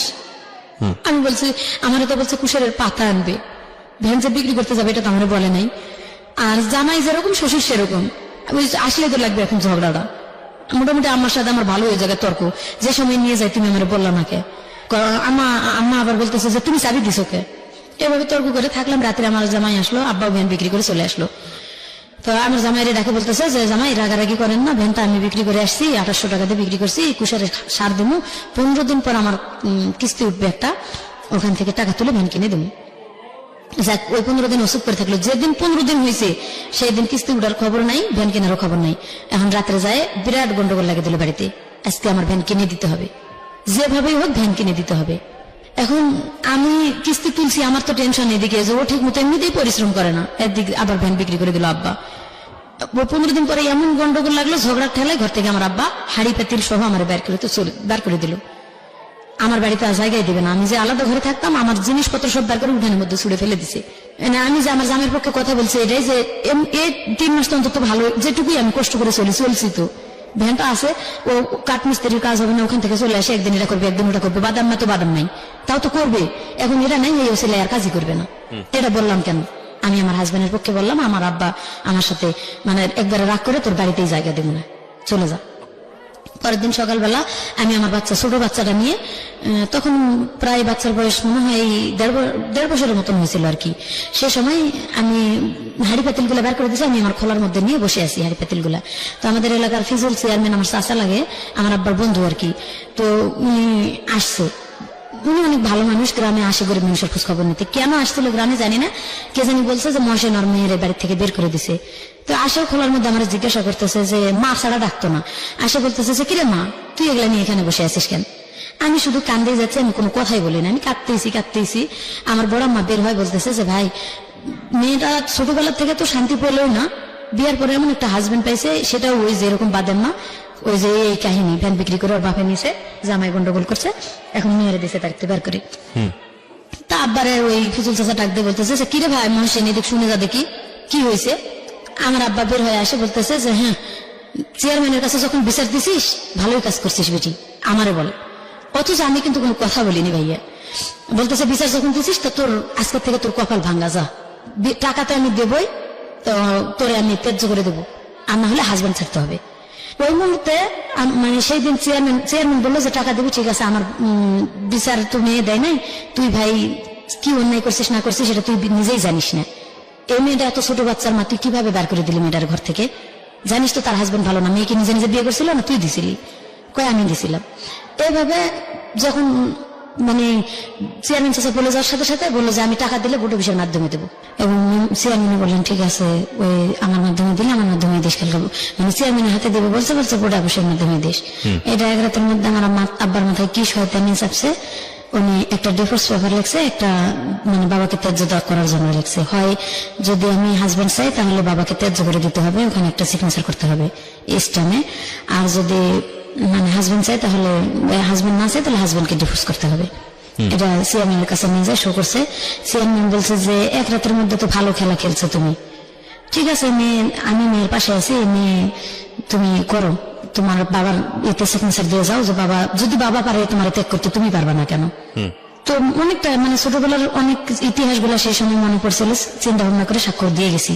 আর আমি ওইখানে যে এমন চিৎকার বাড়ি কাঁদছি, আমার আপন যেটা ওখানে ছিল বড়াব্বা, আমরা বড়াব্বা ডাকি, বড়াব্বা আমার মেয়ের কোলে নিয়ে বড়াব্বাও কান্দা শুরু করে দিল, আমিও কাঁদতেছি একদিকে, বড়াব্বা একদিকে কাঁদতেছে। আর চেয়ারম্যান বলতেছে যে হাই হাই রে মহসেন, মানে এত বড় একটা কাজ তুমি করতে পারলে, সামান্য কয়টা টাকা, তাও মেয়ের কাছে ধার করা টাকা তুমি নিছো, ওটা মানে তোমার টাকা তো দিলাই না, তুমি তোমার টাকা যৌতুক তো দেয় নাই কোনো কিছু, মানে বিয়ের রাতে যা চুক্তি হয়েছিল ওখানে মাপ, আমি তো চলেই আসলাম, এই জন্য আর কিছু দেয় নাই।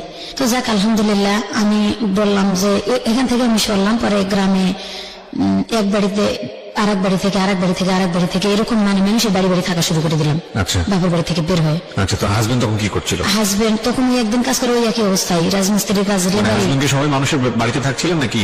হ্যাঁ, ওকে নিয়ে আর কি শুরু করলাম ওর সাথে। তখন সবাই বুঝাইলো ওই বুড়ো অফিসের মাধ্যমে যে তুমি যদি এই স্ত্রী নিয়ে করে খাইতে না পারো তো আর জীবনে কোনো মেয়ে নিয়ে করে খাইতে পারবা না, আচ্ছা, আর তুমি একটা পুরুষ হইতে শিখো। তো বললো যে আজকের পর থেকে আমি চেষ্টা করবো ওর কিছু করে খাওয়ানোর জন্য, যেহেতু বলতেছে যে তোমার জন্য সে বাপকে ত্যাগ করে দিল, তুমি যদি মেয়েটাকে রাস্তায় ফেলে দাও তাহলে বুঝবে তুমিও মানুষ একটা।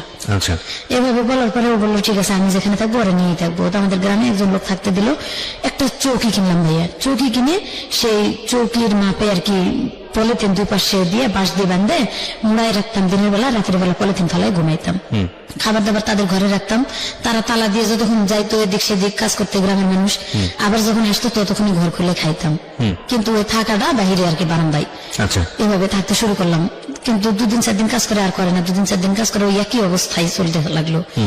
এভাবে মানে আমার আব্বা মানুষের কাছে শুনে কয় মেয়ের কপালে অনেক দুর্গতি আছে। মানে হাজবেন্ডকে আমি বললাম যে ভাই তুমি এখনো দেখো এই কথাগুলো তোমার শরীরে কি হিট করে না, এগুলা হিট করে তো তুমি কিছু করতে পারো। এইভাবে বলার পরে যাই হোক ওখান থেকে মানুষের বাড়ি থেকে থাকতে থাকতে এখানে প্রায় 3 মাস থাকলাম আর কি, একই অবস্থায়। সে কাজ করে না দেখে বাবা এই ধরনের ভাষা ইউজ করে, বললাম যে এখান থেকে আমি সরে চলে যাব, হয় তুমি যদি তোমার এলাকায় নিয়ে আমার করে খাইতে পারো। আর ওই ভগ্নিপতির আর কি ফোন দিলাম, ফোন তো না খবর দিলাম, তখন ফোন ছিল না, মানুষের দিয়ে খবর দিচ্ছি যে জোড়া ভাইয়ের একটু আসতে বললেন, যদি মানে আমার এভাবে সে যদি সেট দিতে পারে, বলছে যে আমার সালাম আবাদ দিলে আমি দেবো, তো উনি যদি আমার জায়গা দেয় আমি ওনার ওখানে যাই থাকবো।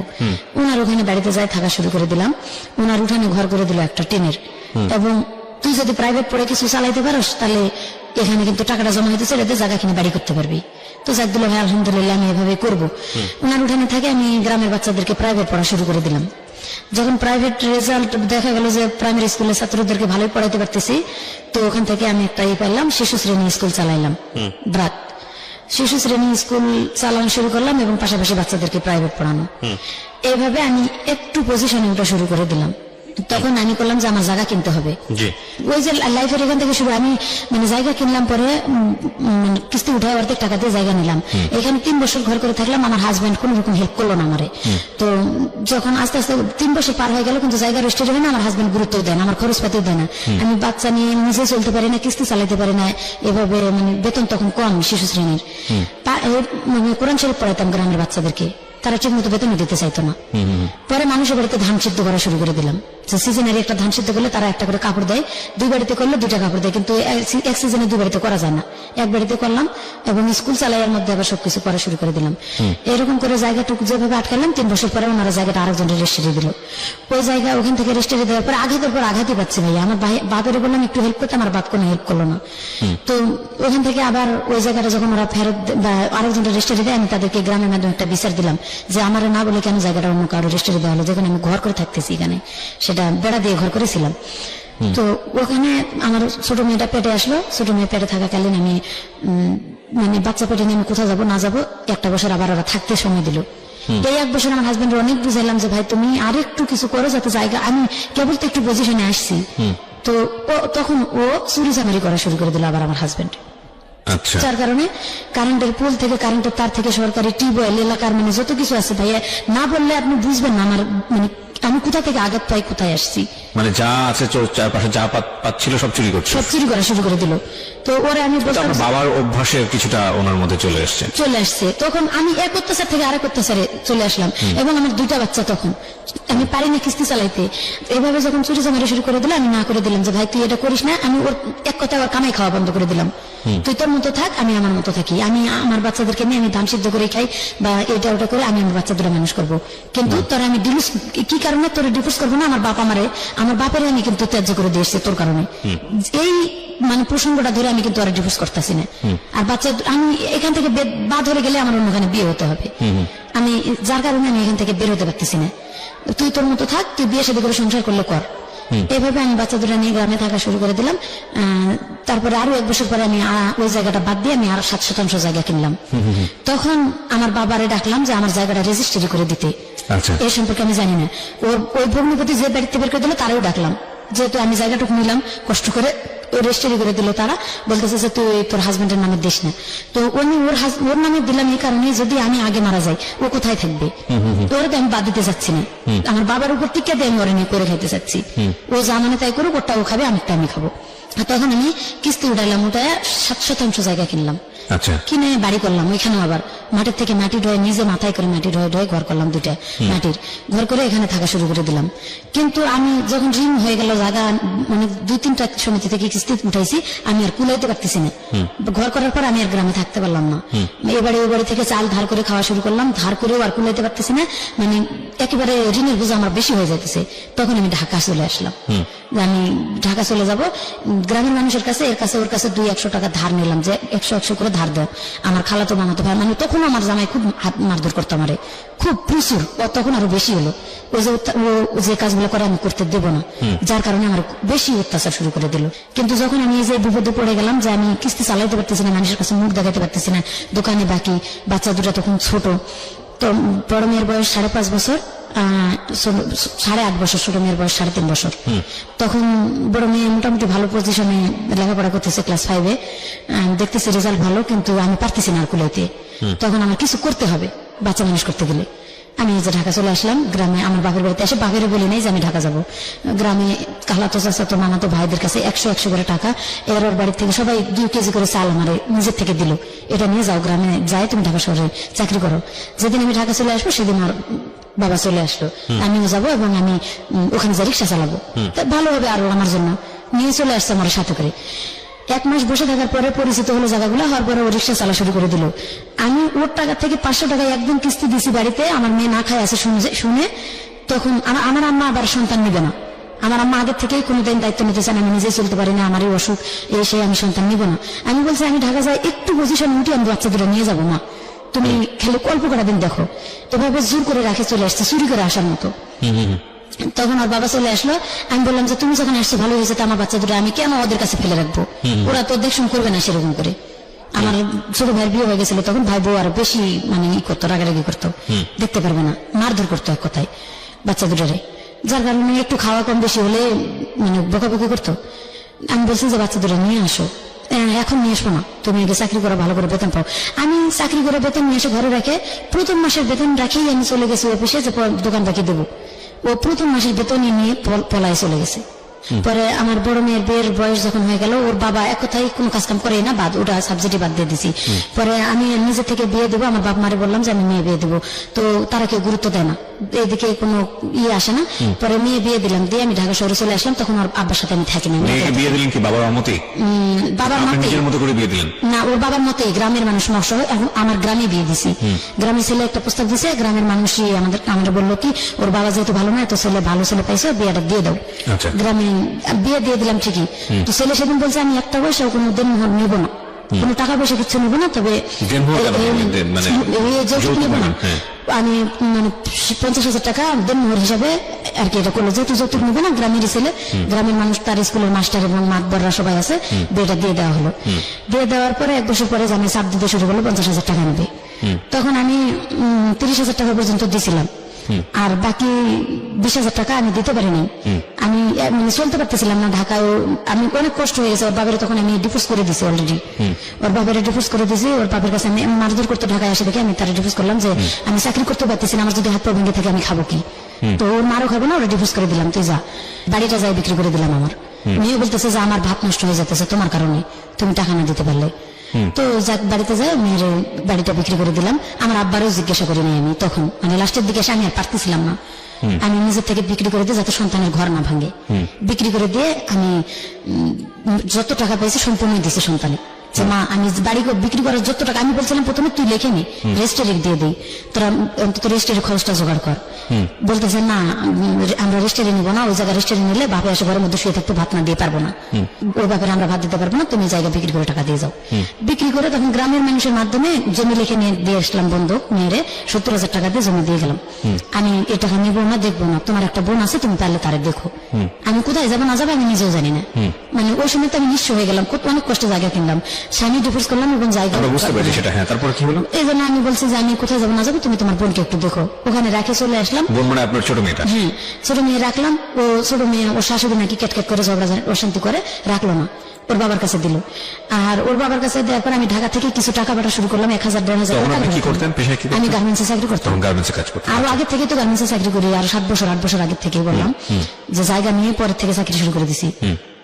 তো গার্মেন্টসে চাকরি করে টুকিটাকি টাকা দিতাম, ব্যাচেলর মেয়েদের সাথে থাকা শুরু করলাম, এবং বাড়িতে টাকা দিলাম। কিস্তিগুলো শুরু হয়েছিল না, ওই কিস্তিগুলাই আর কি বাকি ছিল, কিছুটা বকেয়া কিস্তি দিতেছি। বিকাশে টাকা পাঠায়, ওই ফোন থেকে টাকা উঠে মেয়েরে মারধর করে বার করে দেয়। আবার ওখান থেকে মেয়ে একা একা চলে আসছে আমার বাপের বাড়িতে। আমি সেই মুহূর্তে আর কি বিদেশ চলে গেলাম। বিদেশ চলে গেলে যাওয়ার সিদ্ধান্তটা নিলেন কিভাবে? যাওয়ার সিদ্ধান্ত নিলাম, আমি আমার পাশের অপারেটর, আমি সবসময় কান্দাকাটি করতাম, মনে অবস্থা ভালো ছিল না, যা মানে চাকরি করতে পারতাম না ডাইরেক্ট, আমি সাবকন্ট্রাক্টে কাজ শুরু করে দিলাম। আমি আজকে ওর শরীর অসুস্থ থাকে, অথবা কালকে সারা রাত ঘুমাইতে পারি না, টেনশন, এই জায়গাটা বিক্রি করলাম, এত কষ্টে কিনলাম, মানে অতীতের এইগুলো মনে করে আমি চাকরি করতেই পারি না, সাবকন্ট্রাক্টে কাজ শুরু করলাম। সাবকন্ট্রাক্টে আজকে একখানে কালকে একখানে, এখানে কাজ করতে করতে আমি বিদেশ চলে যাব। পরে বিদেশ যাওয়ার পরে এখান থেকে এরা বললো কি যে তোমার পাসপোর্ট করতে হবে এবং নিজের এই মেডিকেলটা করতে হবে। পাসপোর্ট এবং মেডিকেল নিজের করলাম, এটা নাকি অফিস পায় নাই, দালাল খাইছে। যাই হোক, আমার ঘরে টিভি আর এলইডি ছিল এবং মিসেপ ছিল, ওটা বিক্রি করে আমি এটা করছি আর কি। কত টাকা দিয়ে আপনি বিদেশ গেলেন?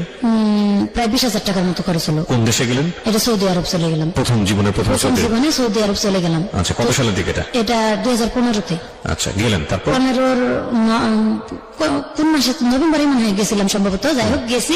এরা বলছিল যে তোমার ওখানে গেলে 20,000 টাকা বেতন হবে এবং খাওয়া পড়া সব তারা দেবে, তুমি শুধু কাজ করবা, মাস শেষে বেতন নিবা। আচ্ছা, প্রথম গেলাম যাই ওখানে সৌদিতে এক বাসা বাড়িতে আর কি কাজে দিল। তো এই বাসা বাড়িতে কেমন বাসা বাড়ি ওটা? বাসা বাড়ি ওখানে মানে আর্মি বাসা, আর্মি চাকরি করে উনি। ওনার মায়ের দেখাশোনার কাজ দিল, কাজটা ভালোই পাইছিলাম। ওনার মার দেখাশোনা করতাম এবং বলছিল যে তুমি শুধু মায়ের দেখাশোনাই করবা। পরে আমার আস্তে আস্তে 1 মাস পরে আর কি ওনাদের বাড়ির কাজ পর্যন্ত করা শুরু করে দিল, চাপ সৃষ্টি করে দিল। আচ্ছা। পুরা বাড়ির 24 ঘন্টা মানে কাজের কোনো রেস্ট ছিল না। কি কাজ করতে হতো? রান্না বান্নার সাথে? রান্না বান্না থেকে শুরু করে থালা বাসন ধোয়া, টয়লেট ধোয়া এবং ওনার আম্মার গোসল করা, বারবার টয়লেটে নিয়ে যাওয়া। ডায়াবেটিস ছিল, 113 বছর, 107 বছর বয়স ছিল, 13 বছর ধরে উনি চোখে দেখতো না। ওনার সেবা যত্ন করা। তো আমি কাজে কখনো ক্লান্ত হই নাই যে আমার বেতনটা ঠিক মতো দেবে। আচ্ছা, তো কত টাকা দিল বেতন আপনাকে? বেতন 16,000 টাকা, ওই দেশের বাংলাদেশি 800 টাকা, বাংলাদেশি বাংলাদেশে 16,000। এবং আমার টাকা থেকেই আমার মানে খাওয়াটা শুধু ওরা দিত, আমার কাপড় চোপড়, তেল, শ্যাম্পু যা কিছু লাগে সব আমার টাকা দিয়ে।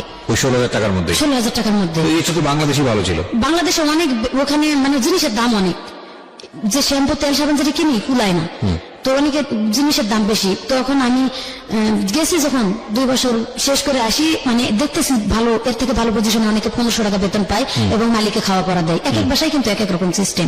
তো আমার যেখানে দিছে সেখানে আমার নিজের টাকা দিয়ে করতে হয়। তা আমি বলতেছি যাক, আমার লাইফটা তো চলতেছে, বাড়িঘর যেহেতু বাংলাদেশে নাই, এখানে অভিজ্ঞতা হতেছে, অভিজ্ঞতাটা হোক, অন্তত আমি এরপরে অন্য জায়গায় চলে আসবো। 2 বছর ধৈর্য ধরে করলাম, টাকা পয়সা বেশি পাইলাম না, যেটুকুই পাইছি ওই এই ছোট মেয়ের জন্য খরচ পাঠাইছি এবং আমার মোবাইল খরচ, আর যতটুকু সম্ভব ছোট মেয়ের বড় মেয়ের জামাইরে দিছি যে জমি জমা আবাদ করে একটু টাকাটা বাড়ার চেষ্টা করো। ওরা জমি কয়েকটা পয়সা লাভ হয় নাই, 1 পয়সাও লাভ হয় নাই, 2 টাকা খাটাইতে থাকলো। পরে আর তাদেরকে দিলাম না, দিতে পারলাম না। আমি আস্তে আস্তে আমার উপর চাপ দিতে থাকলো, তোমার খাবার নিজের বাড়তি কিছু খাইলে তোমার কিনে খাইতে হবে, ওদের খাবারটা আমরা খাইতে পারি না। ওখানকার কষ্ট হয়েছে, ওরা মুরগি একটা মানে বড় পাতিলে করে পানি সিদ্ধ করে বড় মুরগিটা, গোটা মুরগিটা চিরে শুধু ধুয়ে কোন রকম রক্ত সহ থাকে ওরকমই সিদ্ধ করে পানিটা, লবণ আর একটু মশলা দিয়ে, কি ধরনের মশলা দেয় ওটা গুঁড়া মশলা দেয় ওরা, দিয়ে পানির মধ্যে সিদ্ধ করে মুরগিটা তুলে পুড়তে দেয়, আর ওই পানির মধ্যে ভাত রান্না করে খায়। ওটা আমাদের খাওয়া সম্ভব হয় না, যার কারণে আমাদের আলাদা কিনে খাইতে হয়। তো আলাদা খাইলে আমার টাকা দিয়ে কিনে খাই। সম্ভব হয় না মানে কি? গন্ধ লাগে বা এরকম কোনো কিছু? গন্ধ বলতে রুচি হয় না, এক কথায় ওই যে রক্তওয়ালা মুরগিটা বা মশলা ছাড়া আমরা তো কষায় মুরগি রান্না করে খাই, আর ওরা আস্তে পানির মধ্যে শুধু টকবক করে ফুটায় সিদ্ধ হলেই ওই যে পুড়ে চুলার মধ্যে মানে দিয়ে হচ্ছে যে বেক করতে দেয় বা যেটাকে বলে আপনার হচ্ছে হলো যে, যাই হোক ঠিক আছে, সমস্যা নাই। হ্যাঁ, তো ওই সিস্টেমটা ভালো লাগছিল না? ভালো লাগছিল না, মানে খাইতে পারতেছিলাম না। আমি বলতেছি এটা আমি খাইতে পারতেছি না, বলে তুই যদি আলাদা কিছু খাস তোর কিনে খাইতে হবে। হ্যাঁ, আমি আমার টাকা দিয়ে কিনেই খাচ্ছি, মানে আমি চাইতেছি যে আমার অভিজ্ঞতাটা হোক বা ভাষা জানি, এর থেকে ভালো জায়গায় যাতে আমি আসতে পারি। তখন এভাবে 2 বছর কাটাই ভাই আমি চলে আসছি। চলে আসার পরে 4 মাস ছুটির পরে ওই এজেন্সিতেই যোগাযোগ করছি এবং বলছি যে আমি ভালো কোনো জায়গায় যাইতে চাই, আপনারা একটু সময় নেন, বেতন বেশি করে এবং ভালো জায়গায় দেবেন, যেখানে তারা অনেক মেয়েরা আমি দেখে আসছি লেখাপড়া জানে না, ভালো ভাষাও বলতে পারে না, ভালো কাজও করতে পারে না, নামাজ কালামও পড়ে না, সেই মেয়েদেরকে যদি ওরা 1500 টাকা বেতন দেয় এবং খাওয়া পড়া সম্পূর্ণ দেয়, 30,000 টাকা কিন্তু থাকে যায়, তাহলে আমার কেন থাকবে না? ওয়াইফাই দেয়, ফোন ব্যবহার করতে দেয়। তো বলতেছে হ্যাঁ তোমার এরকমই হবে। এজেন্সির মাধ্যমে চলে গেলাম আর কি, এটাই তারা বললো। এজেন্সির মাধ্যমে যখন আমি ওখানে চলে গেলাম, প্রথম বাসার যাওয়ার পরে সকাল 6টা থেকে রাতের 9টা পর্যন্ত কাজ।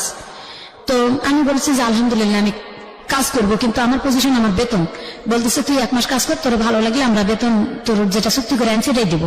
কত চুক্তি করে আনছিস? আমি তো ওখান থেকে চুক্তি করে আসছি 1200 টাকা, যেহেতু 24,000 টাকা আমি পাই। 1500 টাকা দেওয়ার কথা ছিল, সেটা না দেখ 1200 টাকা দিবে এটা বলছিল এরা।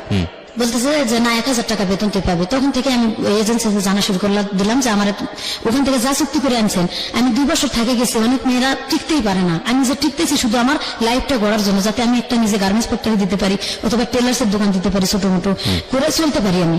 আমার একটা মেয়ে আছে, আর একটা বিবাহ দেওয়ার জন্য এই মেয়েটার আমার খরচ দিয়ে চালাইতে হয়। এদিকে তো বাংলাদেশে কিছুই নেই আসলে, কোথায় কিছুই নেই। আমার মেয়েটার কাছে রাখবো, আমার আম্মা রাখে না, আমার আম্মার কাছে যে রাখি আমার আম্মা রাখে না, মেয়েটারে বার করে দেয় বাড়িতে, জোর করে যেরকম রাখি সেরকম রাখি। তো তারা প্রথম মাসে বেতন আমার ওটাই দিল, দিয়ে বললো তোর টাকা থেকে তোর শীত আসছে, মানে গত বছর নভেম্বরে চলে গেছি আমি, বলছে যে তোর টাকা থেকে তোর সম্পূর্ণ করতে হবে। আমি তখন এজেন্সিতে ফোন দিলাম যে আমি এই বাসায় কাজ করবো না। কেন? আমি কই আমার খাবার আমার টাকা দিয়ে খাইতে কয়, কাপড় চোপড় আমার টাকা দিয়ে করতে কয়, আমি এটা করবো না। তখন এজেন্সি বললো যে ঠিক আছে, তুমি যেহেতু ভাষা জানো, কাজ কাম ভালো করো, তোমার বাসা পাল্টে দেওয়া হচ্ছে। পরবর্তীতে বাসা পাল্টে দিল আমার ডাকে এবং বললো যে বাসায় যাচ্ছ তুমি কিন্তু আর নালিশ করতে পারবে না। আমি কই যদি তারা আমার না দেয় আমি নালিশ করবো না, কি করবো? পরে অন্য বাসায় দিল আমার, অন্য বাসায় 3 মাস ভাইয়া কোনো বেতন দেয় না। 3 মাস বেতন দেয় না? অনেক মারধর করে আমারে। খাবারটা কিনে দেয় ঠিকই, মাছ কিনে এনে দেয় এবং গরুর মাংস কিনে এনে দেয়, রান্না করে খা, কিন্তু বেতন কোনো খবরই নেই। বেতনের কথা বললে কয় কি জানি কে দিবে আমি জানি না। যে কয়বারই বলি যে মামা, কাকে বলেন বেতনের কথা? এটা যে গার্জিয়ান বুড়ি আছে বাসার, তার হাজবেন্ড প্রস্রাব পায়খানা করতে, আমি প্রস্রাব পায়খানা পর্যন্ত পরিষ্কার করছি শুধু একটু ভালো থাকার জন্য ভাইয়া। বলছি যে মামা মেন দেবে বেতন, আনা মেন দেবে রাতে, এটা কইতে হইতেছে যে আমার বেতনটা কে দেবে? বলতেছে আনা মাফি মালুক, তুই জানিস না তবে আমার বেতন জানে কিনা? আমার যে ছেলে আনছে সেই ছেলে, ওই ছেলেটা ডাক, তুই ডাক, আমি এমনি ডাকবো, আমার তো ফোন ব্যবহার করতে দেয় না। তখন ওর ছেলেটা ডাকছে, আসছে, আমি বলছি যে লেশ মা রাতে বানো। কই কেন 3 মাস হয়েছে তোর বেতন দেয়নি? আরবি দিয়ে বলতেছে, কই না বেতন দেয়নি। ওর ছোট বোনটা ডাকে বলতেছে তুই কাজের মেয়ে আনি নিলি, বেতন দিলি না কেন? আমি ওর ভাইয়ের বললাম কেন, তার জন্য পরের দিন আমার গলায় ছুরি ধরছে। আমার কাছে ফোন নাই ভাই, আমি যে ফোন দেবো বাংলাদেশে, ওদের ফোন থেকে ওর ছোট বোনটা চুরি করে আমার ইমো চালাই দিছিল। আমি ওই যে ময়মনসিং যে ফ্রেন্ড আমার আছে, ওরা বলছে যে ভাই আমার খুব কষ্ট হইতেছে, এবং যাওয়ার সময় ওই স্বাক্ষর দিছিল আমার যাওয়ার, বলছে আমি এরকম কষ্ট, তুমি একটু এজেন্সিতে যাও। এজেন্সিতে ও বারবার যাওয়া আসা করে, ওর কথা বলতেই দেয় না, সুযোগই দেয় না। আমি এই অনুষ্ঠানের মধ্য দিয়ে আমি জানি বিশেষ করে সৌদি আরব, মধ্যপ্রাচ্যের অনেক দেশে আছেন যারা এই অনুষ্ঠানটা শোনেন, নিয়মিত শোনেন, তাদেরকে আমি একটু অ্যাড্রেস করছি। আমি জানি ইউটিউবে আপনারা অনেকেই শোনেন, আমাকে অনেকেই নক দেন আমার ফেসবুক আইডিতে, যে আপনাদের জীবনের যদি বিদেশ ফেরত, আমি সবসময় বলেছি বিদেশ ফেরত কেউ যদি সরাসরি আমার সাথে দেখা করতে চান, এসে অফিসে দেখা করবেন, আপনাদের ফর্মালিটিস মেনটেন করতে হবে না, ফোন টোন দিতে হবে না, এবং আপনাদের বিদেশি জীবনের গল্পটা আমি আমার রেডিওতে প্রচার করতে চাই দুটো উদ্দেশ্যে। একটা হচ্ছে যে এই যে টাকাটা বাংলাদেশের আজকে মেরুদণ্ডের সবচেয়ে বড় শক্তিশালী জায়গা যেটা বৈদেশিক রেমিটেন্স, এই টাকাটা কত কষ্ট করে বাংলাদেশে আসে, এটা একটা ফোকাস করতে চাই। আরেকটা হচ্ছে যে আমাদের ওইখানে গিয়ে আমাদের দেশি ভাই বোনেরা তারা কি জীবনযাপন করেন, কতটা কষ্টে জীবনযাপন করেন, বা আমাদের যে লেবার মার্কেট বা আমাদের যে লেবার ফোর্স, সেই জায়গাটায় আমাদের যে ন্যায্য দাবিটা সেটা কিভাবে আসলে ইনশিওর করা যায়, সেটার জন্য আমাদের এই ছোট ছোট ঘটনাগুলো এগুলোকে ফোকাস করা উচিত। কারণ আজকে যে ভদ্রমহিলা তার যে গল্প, আমি জানি যে সেটা বাংলাদেশের থেকে যাওয়া অনেক প্রান্তিক পর্যায়ে অনেক নারী আছেন যাদের জীবন গল্পের সঙ্গে মিলে যাবে, যারা হয়তো মধ্যপ্রাচ্যের বিভিন্ন দেশে বাসা বাড়িতে কাজ করেন। বলেন তারপর কি? তারপর ভাইয়া ওই বেতনের জন্য যখন আমার গলায় ছুরি ধরছে, আমি কাজ করবো না বলে 7 দিন আমি বসে থাকছি যে কাজ করবো না, কেন আমার গলায় ছুরি ধরলো? আমি তো অন্য কিছু বলিনি, আমার বেতনের কথা বলছি। বাসা বাড়ির বাইরে যেতে পারতেন না? বাসা বাড়ির বাইরে হ্যাঁ ময়লা ফেলানোর জন্য যাইতাম, এছাড়া কোথাও না যাওয়ার কোনো সুযোগ ছিল না? যাওয়ার কোনো জায়গায় যাওয়ার সুযোগ পেলে ওরা নিয়েও যায় না, এবং ফোনও ব্যবহার করতে দেয় না, বাড়ি থেকে বেরোতেও দেয় না। এই মাসের পর মাস একটা রুমের মধ্যে, একটা বাড়ির মধ্যে এভাবে থাকতে হয়? জি। এটা শুধু সৌদি আরবের চিত্র না, এটা বাংলাদেশের শহরাঞ্চলে অনেক যারা কর্মজীবী নারী আছেন, বিশেষ করে এই বাসা বাড়ি সামলান, তাদের অনেকের চিত্রই এটা। এবং খুব ভয়ঙ্কর রকম ভাবে আমরা খুব শক্ট হই যখন দেখি ছোট ছোট বাচ্চারা মার খেয়ে তাদেরকে উদ্ধার করা হচ্ছে বিল্ডিং থেকে, পাশের বিল্ডিং থেকে, পাশের ফ্ল্যাট থেকে হয়তো উদ্ধার করছেন, এবং তাদের শরীরের দিকে যখন আমরা তাকাই তখন আমরা খুব অবাক হই যে কি পরিমাণ বিকারগ্রস্ত মানুষ আমাদের এই সমাজে বসবাস করে। আল্লাহ মাফ করুক। জি বলেন তারপর? তারপরে আমি যখন 7 দিন বসে থাকলাম, কাজ করলাম না, তখন ওর ভাই আসে আমার আলাদা ঘরে আটকায় রাখছে তারা তালা দিয়ে, এবং ওর মা বারবার বলতেছে যে তুই ফ্রিজ থেকে এটা ওটা খা। আমি শুধু পানি খাইয়েছিলাম 7 দিন, এবং ওর ভাই বউ আমার পাউরুটি মানে 4টা পাউরুটি একটু দিছিল, ওইটুক খাইয়ে 7টা দিন এভাবে কাটাইছি। ওইভাবে কাটার পরে আমি বলতেছি আমি এখানে কাজ করবো না, আমার এজেন্সিতে তোরা কল দিয়ে, কেন আমার তোরা এভাবে আটকায় রাখছিস? পরে এজেন্সিতে কল দিয়ে ওর মতো ও কি বলে আসছে বাইরে থেকে, আমার এসে গেল ফোনটা ধরাই দিল। উনি ইয়ার লোক ছিল, নোয়াখালী বাড়ি। উনি বলতেছে যে মুর্শিদা তোর কি সমস্যা, এক বাসায় দিলাম এরকম, একবার তুই করে গেলি ভালো, এবার এরকম কেন? উনি বাঙালি? হ্যাঁ।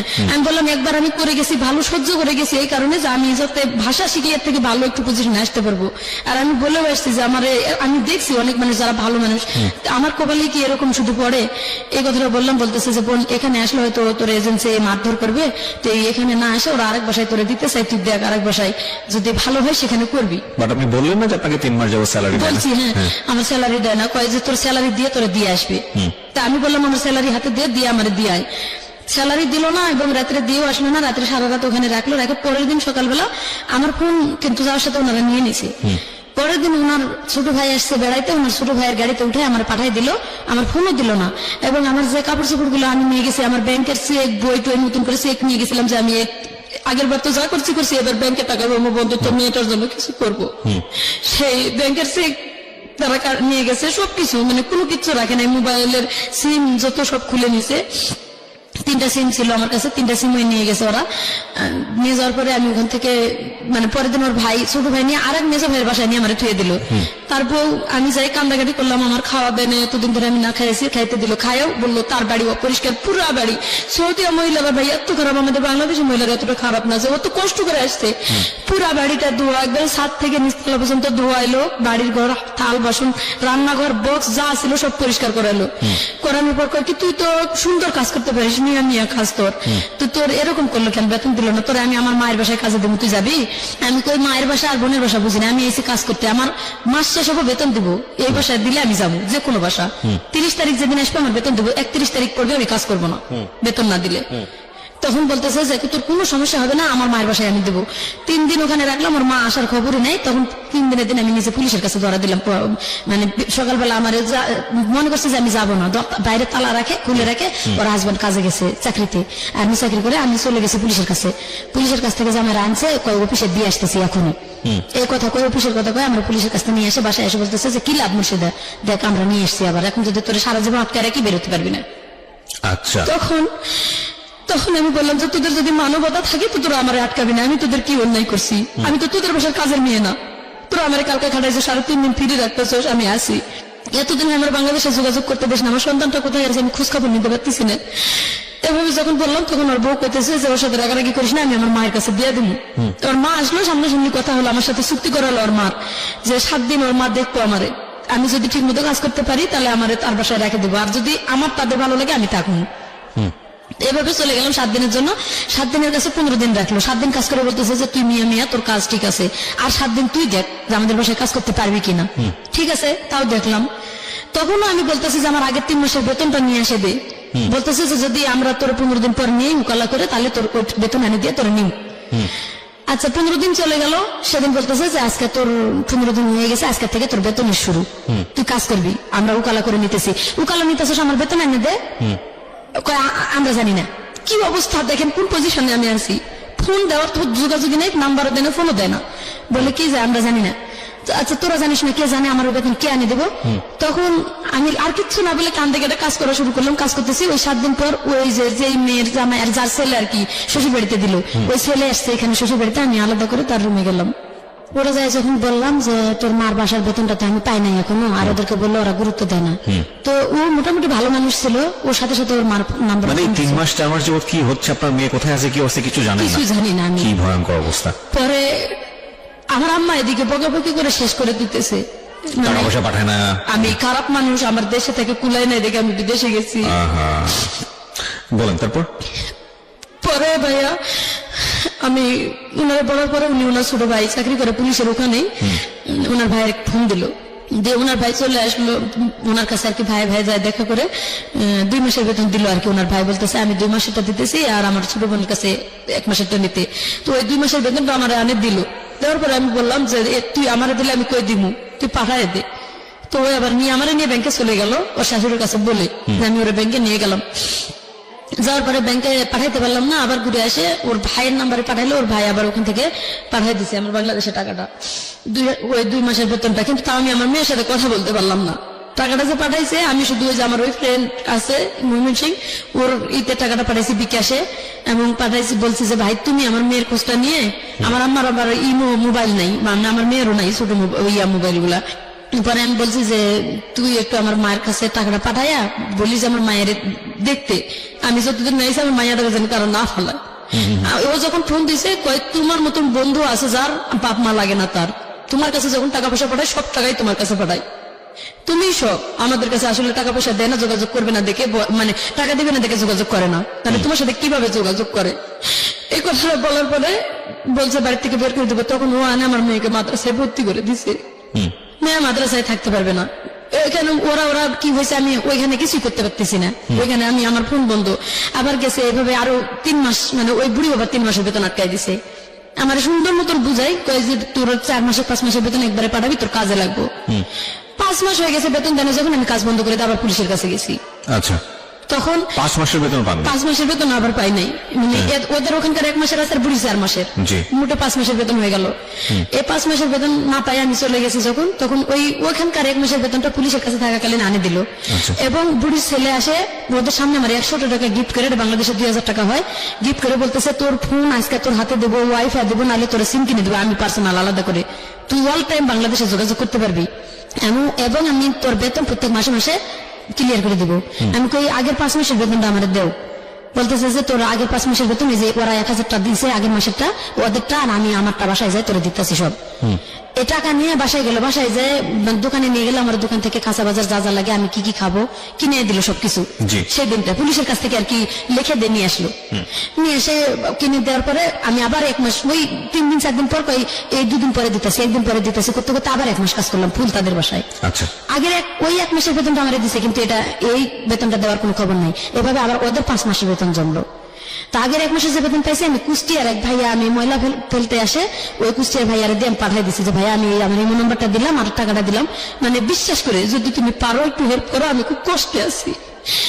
ওই ভাইয়া বললো কি যে তোমার যখন ফোন দেয় না, তাহলে আমি তোমার একটা অমুক টাইমে মোবাইল কিনে এনে দিয়ে দেবো, একটা সিম গোপনে তুমি এটা রেখে দেবা। ভাইয়া তো আমার হেল্প করছে, আমি গোপনে একটা 1,000 টাকা দিয়ে আর কি, আমি বলছি যে আমি বেতন এখান থেকে টাকা কাটে নিও ভাইয়া, নিয়ে আমার ফোন কিনে দিও। কই আমি পুরুষ মানুষ হয়ে যদি আপনি একটা বিপদে পড়া মেয়ে যদি টাকা নিয়ে ফোন কিনে দিই তাহলে আবার কেমন হলো।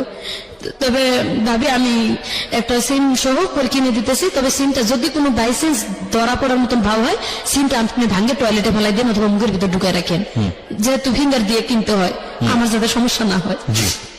এভাবে ওনারা একটা ফোন কিনে দিল আমারে, দিয়ে ওই টাকাটা বাংলাদেশে পাঠাইছে। আমি ওই যে গোপনে এই ফোন থেকে আমি রাত্রে ঘুমাইতে গেলে ওই যে ময়মনসিংহে কল দেই, বড় ফোন থেকে ওরা কল দেয়, আর আমি কন্টাক্টে কথা বলি, মেয়ের খোঁজ খবর নিতেছি, মেয়ে কোথায় থাকলো, মাদ্রাসায় ভর্তি করাইছে। আমি অনেকটা হ্যাপি হলাম যে যাক মেয়েকে যখন মাদ্রাসায় ভর্তি করাইছে ও তো এখন বন্দি অবস্থায় থাকবে, আর কোনো ভয় নাই। মেয়ে নাকি 1 মাস লেখাপড়া করে কান্দাকাটি করছে, আর পড়বে না ওখানে, বাপের কাছে বলছে, বাপে কয় তোর মানে খারাপ ভাষা করছে এখানে, যাই হোক ওখান থেকে ও রাগ করে কয় তোর কি লাগে, তুই আমার মেয়েরে নিয়ে গেছিস কেন।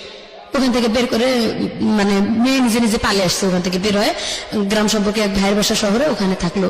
ওই যে 5 মাসের বেতন তারা 5 মাস মানে টাকা হাতে চিপে ধরে 5 মাসের ফিঙ্গার নিল রাত্রে আমার কাছে, নিয়ে মাত্র 2-3 মাসের বেতন দিল, আর 2 মাসের বেতন কয় ব্যাংকের থেকে আনতাছে, তুলে আনতাছে কয়ে বেতন 3 মাসেরটা দিয়ে 3 দিন পরে আবার আমার কাছে রিপ্লাই 500 টাকা নিয়েছে ওরা, নিয়ে বলতেছে কি যে 500 টাকা দিয়ে আমাদের ঘরে কোনো বাজার নাই, তুই আর 2,500 টাকা পাইতেছ সেটা আমাদের কাছে, এটা সহজ দিব।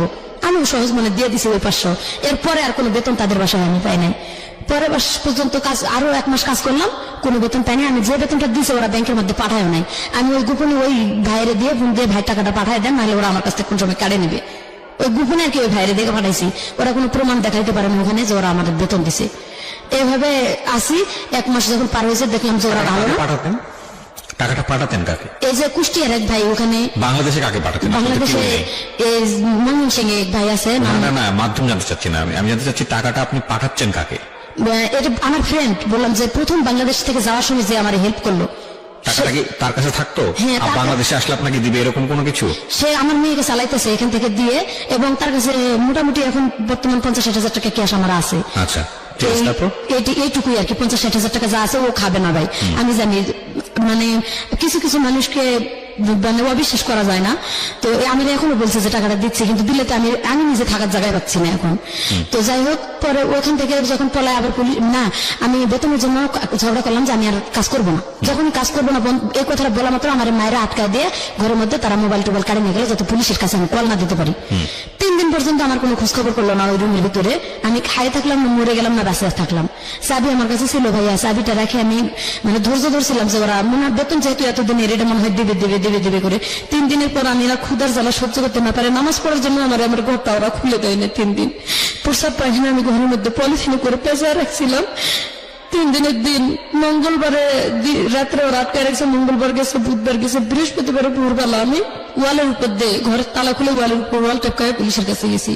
ওখান থেকে পুলিশ 4 দিন পর্যন্ত তাদের কাছে রেখে ওদেরকে ফোন দিয়ে ডাকে, ওরা আসে না, বলে টিকিট কেটে আসতেছি পাঠায় দেবো, এই সেই বেজাল করে দেয় না। লাস্টে পুলিশ এখানে একটা বড় সফরখানা আছে আর ওখানে আমাদের দিয়ে দিল যে 7 দিনের মধ্যে তোর টাকা পয়সা দিয়ে তোর সফর দিয়ে দিবে। 7 দিন পরে মোবাইল দুটো দিয়ে গেছে, কিন্তু আমার বেতন দেয় না ভাইয়া।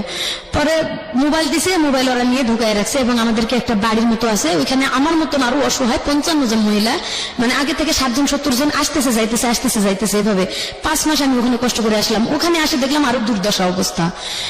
আরো যত মহিলারা আছে তারা 8 মাস 9 মাস ধরে আছে এবং তারা 2 বছর কন্ট্রাক্ট শেষ করছে, ওদের বেতন দেয় নাই। 3 বছর 2 বছর যখন শেষ হয়েছে দেয় নাই, তখন আরো 1 বছর কাজ করছে একজন 55 বছর মহিলা, ওনার বাড়ি বগুড়া। ওই খালা এখন ওখানে বর্তমান 7 মাস পার হয়ে গেছে, 8 মাসে পড়ে গেছে এবং বাংলাদেশে কোনো যোগাযোগই করতে পারে নাই। আমি আসার 1 সপ্তাহ আগে ওদের সাথে ঝগড়া করে আর কি দেয় 2 মিনিট 1 মিনিট একটু কল দিয়ে যে আমরা ভালো একখানে আছি, বেশি কথা বলতে দেয় না, 2-4টা কথা বলে যাতে কাটে দেয় যে আমরা ভালো আছি, এইটুকু মাত্র যোগাযোগ। ওখানে আমি চলে আসছি, কিন্তু অনেক মহিলা অনেক কষ্টে আছে। আমি এইটুকু বলতে চাই যে আমার যা কষ্ট হয়েছে, আমি চাই না যে ওই ধরনের কষ্ট আরো মানুষ করুক। যদি কেউ নিজের পেটের দায়ে সৌদি যায়, সবাই যে খারাপ এটা আমি বলবো না ভাইয়া, কারো রিজিকটা আমি মারবো না। আছে কিছু মানুষ ভালো, কিন্তু যখন দেখবে যে মালিক ভালো না, 1 মাসের বেতন দিচ্ছে না, তারা পুলিশের কাছে ধরা দিয়ে চলে আসুক। আমি আপনার লিসেনারদেরকে এটা বলতে চাই যে যদি মানে কেউ অসহায় হয়ে যাইতে চায়, যাক 1 মাস ট্রাই করার পরে তারা যেন পুলিশে ধরা দেয় এবং বলে যে আমি বেতন কিচ্ছু নেব না, আমার বাংলাদেশে পাঠাই দেন। যখনই বেতনের দাবি করতে গেছি আমার 5 মাস রাখছে, ওই বেতনও দেয় না এবং 5 মাস আমি ওখানে না খাই কষ্ট করে থাকলাম। এমনকি আমাদেরকে ব্যালেন্ডার করে কাঁচা মরিচ আর কাঁচা টমেটো ব্যালেন্ডার করে সাদা ভাতের লেগে খাইতে দেয়, একবার করে ভাত দেয়, একটা করে স্যান্ডউইচ দেয়, পাউরুটি সকালবেলা, রাত্রে একটা করে রুটি সিদ্ধ ডালের লগে, এইভাবে ভাইয়া ওখানে খায় থাকা যায়। তারপর আপনি দেশে আসলেন কিভাবে? আমি দাবি ছাড়া দিলাম যে আমি বেতন নেব না, আমি কিয়ামতের দিন যদি বেতন পাই থাকি কিয়ামতের দিন নেবো, আমি ছাড়া দিয়ে চলে আসছি। যখন না করছি তারও 2 মাস পরে আমার পাঠাইছে, বেতন নিব না করার পরে 2 মাস পরে আমার পাঠাইছে বাংলাদেশে। এবং বাংলাদেশে আসছি আমি, তো আমার ফ্যামিলিতে আমার মেয়েরা তো আগেই বার করে দিয়েছে, তারা বাড়ির থেকে যোগাযোগ করতেছি, কথাবার্তা মায়ের সাথে বললাম, ঘুরে ফিরে কয় আমি নিজেই চলতে পারি না, তোমার সন্তানে কিভাবে চালাবো, তারে কিভাবে, আমি ঘুরে ফিরে ওই আগের কথাই। তো সন্তানটা আসছিল আমার এখানে, বাগনের বাড়িতে ছিল বোনের মেয়ে, আমি আসবো শুনে মানুষের বাড়িতে ছিল খালাতো বোনের বাসায়, তারও আমি টাকা পয়সা দিতে পারি নাই, দেয় নাই এখনো। আমি বর্তমানে অসহায় অবস্থায় আছি। আমার ওই যে ওইখানে এক খালা ছিল, উনি আগে আসছে, উনি আর কি আমার মেয়ের ভাগ্নির বাসাতে নিয়ে ওনার বাসায় রাখছিল। বলছিলাম যে খালা তুমি একটু পারলে আমার মেয়েটারে দেখো, তার কারণ মেয়েটা এখন উপযুক্ত হয়েছে, যদি এখন একটা অ্যাক্সিডেন্ট কিছু হয়ে যায় তাহলে লাইফটা নষ্ট হবে। আমি চাই না মেয়েটার লাইফটা নষ্ট হোক। আমি মানে বড় করছি মেয়েটারে, একটু হাতে পায়ে বড় করতে পারছি, কিন্তু লেখাপড়া করাইতে পারলাম না। আর এখন আমার নিজেরই থাকার জায়গা নেই, উপযুক্ত মেয়ে নিয়ে আমি কোথায় দৌড়াদৌড়ি করবো? আমার আসলে বলার কিছু নাই। আজকে আমি একটা জিনিস বলি আপনাদেরকে, প্রিয় শ্রোতা, অনুষ্ঠানটা আনইন্টারাপ্টেড শুনেছি, শুধু বিরতি নিয়েছি, বিরতি থেকে ফিরে এসেছি। এই মানুষগুলা খুব ভালো লাগে, মানে যখন আসে আমার কাছে এসে বলে ভাই আপনাকে খুঁজতেছিলাম, কিছু গল্প বলার জন্য আসছি, আপনাকে দেখে মনটা ভালো হয়ে গেছে। আমি জানি না কেন তারা আমাকে এতটা মানে আস্থার জায়গায় মনে করেন। তবে এটা ঠিক যে লাস্ট 8 বছরে আমি রেডিওতে যে ধরনের শো করেছি, শুধু এই ধরনের মানুষদেরকে নিয়েই করেছি।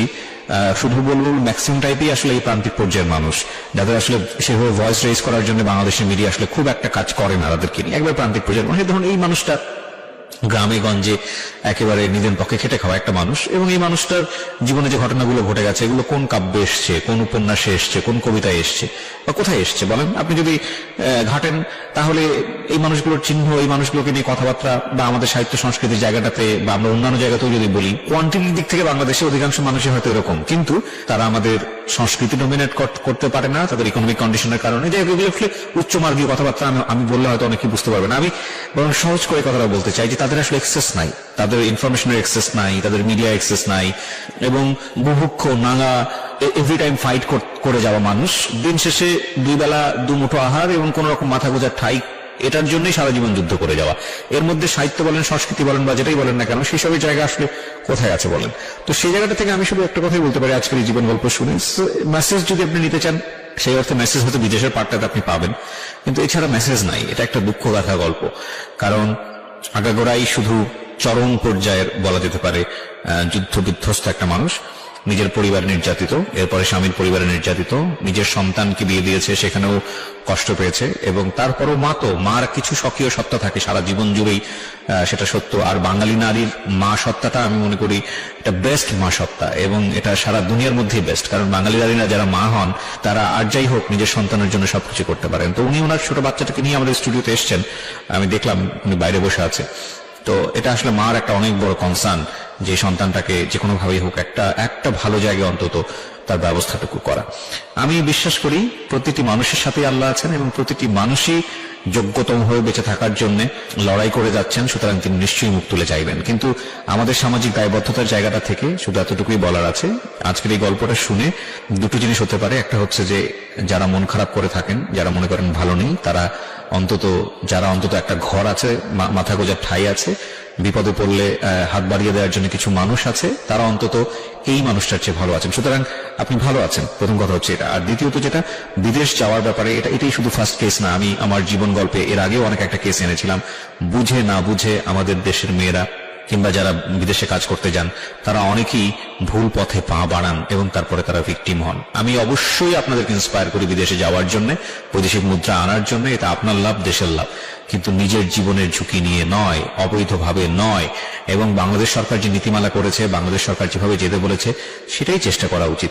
যদি হ্যাসল পোহাতেই হয়, যদি বৈধ উপায়ে গিয়ে যদি আপনার হ্যাসল পোহাতেই হয়, তাহলে আপনি বাংলাদেশে বসেই সেটা পোহান। যদি নিয়ম নীতি পালন করে আপনাকে বিদেশ যেতে হলে অনেক কাঠখড় পোড়াতে হয়, তাহলে আপনি বাংলাদেশে বসেই সেটা করেন। সেটাই কি ভালো না যে আপনি একটা অবৈধভাবে বা অন্য কোনো পথে আপনি বিদেশে গেলেন, যাওয়ার পরে আপনি দেখলেন যে আপনি একটা মহাসাগরের মধ্যে পড়ে গেছেন এবং খড়কুটো ধরে বাঁচার উপায় নাই। বরং বাংলাদেশে আপনি হ্যাসল ফেস করলে, সেটা লম্বা সময় ধরে ফেস করলেও আপনাকে কেউ না কেউ সাহায্য করার মতো থাকবে। আপনি দেশটা চেনেন, আপনার পরিবার আছে, কেউ না কেউ সাহায্য করার জন্য থাকবে। কিন্তু বিদেশের মাটিতে গিয়ে আপনি অবৈধভাবে গিয়েছেন, 10-15-20 হাজার টাকা দিয়ে চলে গেছেন, যাওয়ার পরে আপনাকে যেটা ফেস করতে হচ্ছে, এটার জন্য আপনাকে কেউ সাহায্য করার জন্য নাই। উনি হয়তো সুস্থভাবে ফিরে আসতে পেরেছেন, অনেকে সেটাও পারেন না। এবং আমরা যেটাই করি না কেন, দিন শেষে নিজের জীবনটা খুব মূল্যবান, খুব মূল্যবান। সুতরাং নিজের জীবনের প্রতি অ্যাটলিস্ট যেটাই হোক না কেন একটু যেন খেয়াল রাখি। এবং প্রিয় শ্রোতা, আমি জানি আমাদের আজকের এই জীবন গল্প হয়তো কোনো কোনো মানুষকে রিথিঙ্ক করার চেষ্টা করবে, তবে এটা ঠিক যারা আপনার প্রতিবেশী এরকম আছে, দৈন্যদর্শনের মধ্যে আছে, নিদারুণ অবস্থার মধ্যে আছে, তারা যদি মনে করেন এরকম একটা ভুল সিদ্ধান্ত নিতে যাচ্ছে, যারা জীবন গল্প শুনলেন তাদেরকে অন্তত আপনারা সঠিক সিদ্ধান্ত নেবার জন্য সহায়তা করবেন। সো আজকের মতো এখানেই শেষ করছি। প্রিয় শ্রোতা, আজকের গল্প আপনাদের কাছে কেমন লাগলো কমেন্টে জানান। আর যদি আপনি পুরা গল্প শেষ পর্যন্ত শুনে থাকেন, কমেন্ট বক্সে জানিয়ে দিন আপনি কোথা থেকে এই গল্পটি শুনছেন। পরবর্তী গল্পের জন্য